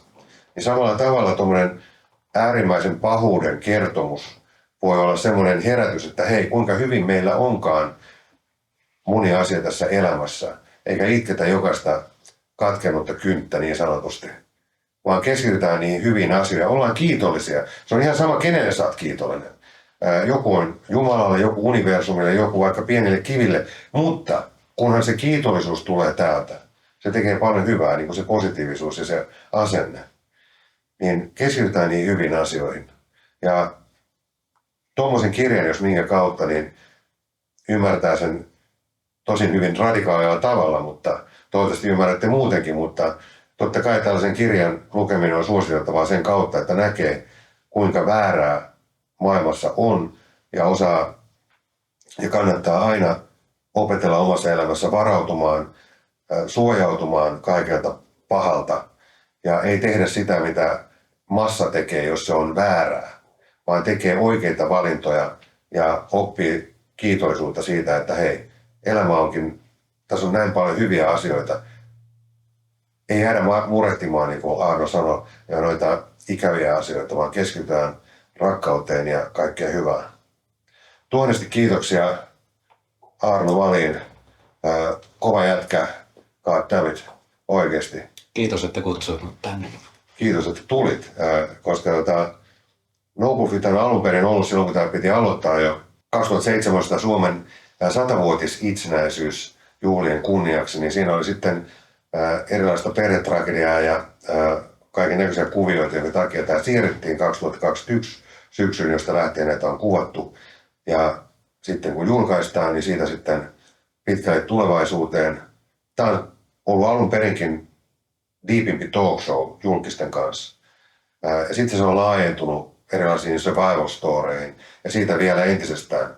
Ja se kaikki on sen takia, että sinä, especially you, babe, saat jotain hyvää siihen omaan elämään. Että sun ei tarvitse välttämättä toivottavasti käydä niitä samoja vaikeuksia tai pitkän tien oivalluksia läpi. Että sä pääset helpommalla. Sen takia tämä sarja on tehty. Ollaksemme läsnä, vaikkei suurinta osaa teistä tunneta, niin ollaksemme läsnä positiivisella hyvällä tavalla.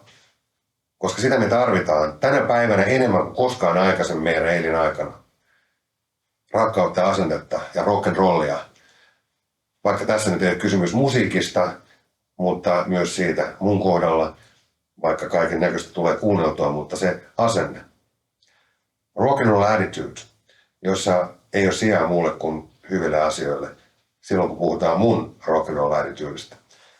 Kiitoksia ja kaikkea parasta ja kaikkea hyvää. Kiitos. Palaamme Arnon kanssa myös toisen aiheen yhteydessä omalla jaksolla.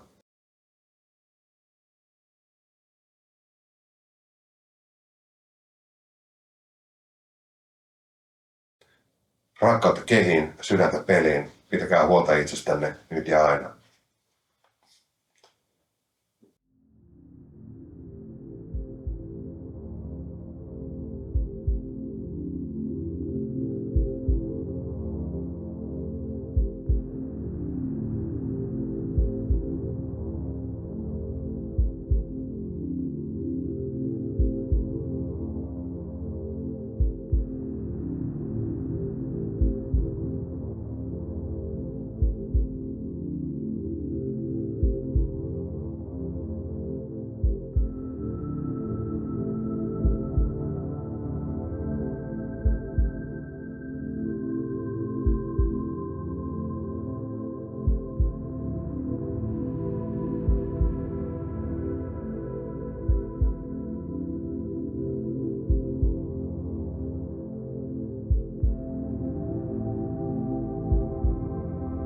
Rakkaat ihmiset, miten se voisi vaikuttaakaan tähän maahan ja meidän kaikkien elämään, jos me ajateltaisiin positiivisemmin. Yleensäkin, jos olisi semmoinen perustavaa laatua oleva ajatus meidän sydämessä ja aivoissa, että ensimmäisenä kun tulee jotain ajatuksia päähän, ne ei olisikaan negatiivisia, vaan nähdään mahdollisuuksia ja toimitaan positiivisesti, että me voidaan saavuttaa hyviä asioita meidän elämään. Mitä tapahtuisi silloin, jos vaikka 0,5% tämän sarjan katsojista voisi muuttaa asennettaan positiivisemmaksi, niin kuinka hyvää se tekisi heidän omaan elämäänsä ja heidän läheistensä elämään, ja mitä se voisi vaikuttaa ihan koko meidän kansaan. Koska hyvä tuo lisää hyvää, niin mennään sillä eteenpäin. Katsotaan, mitä tämä sarja voi antaa omalla pienellä panoksellaan siihen. Tervetuloa mukaan.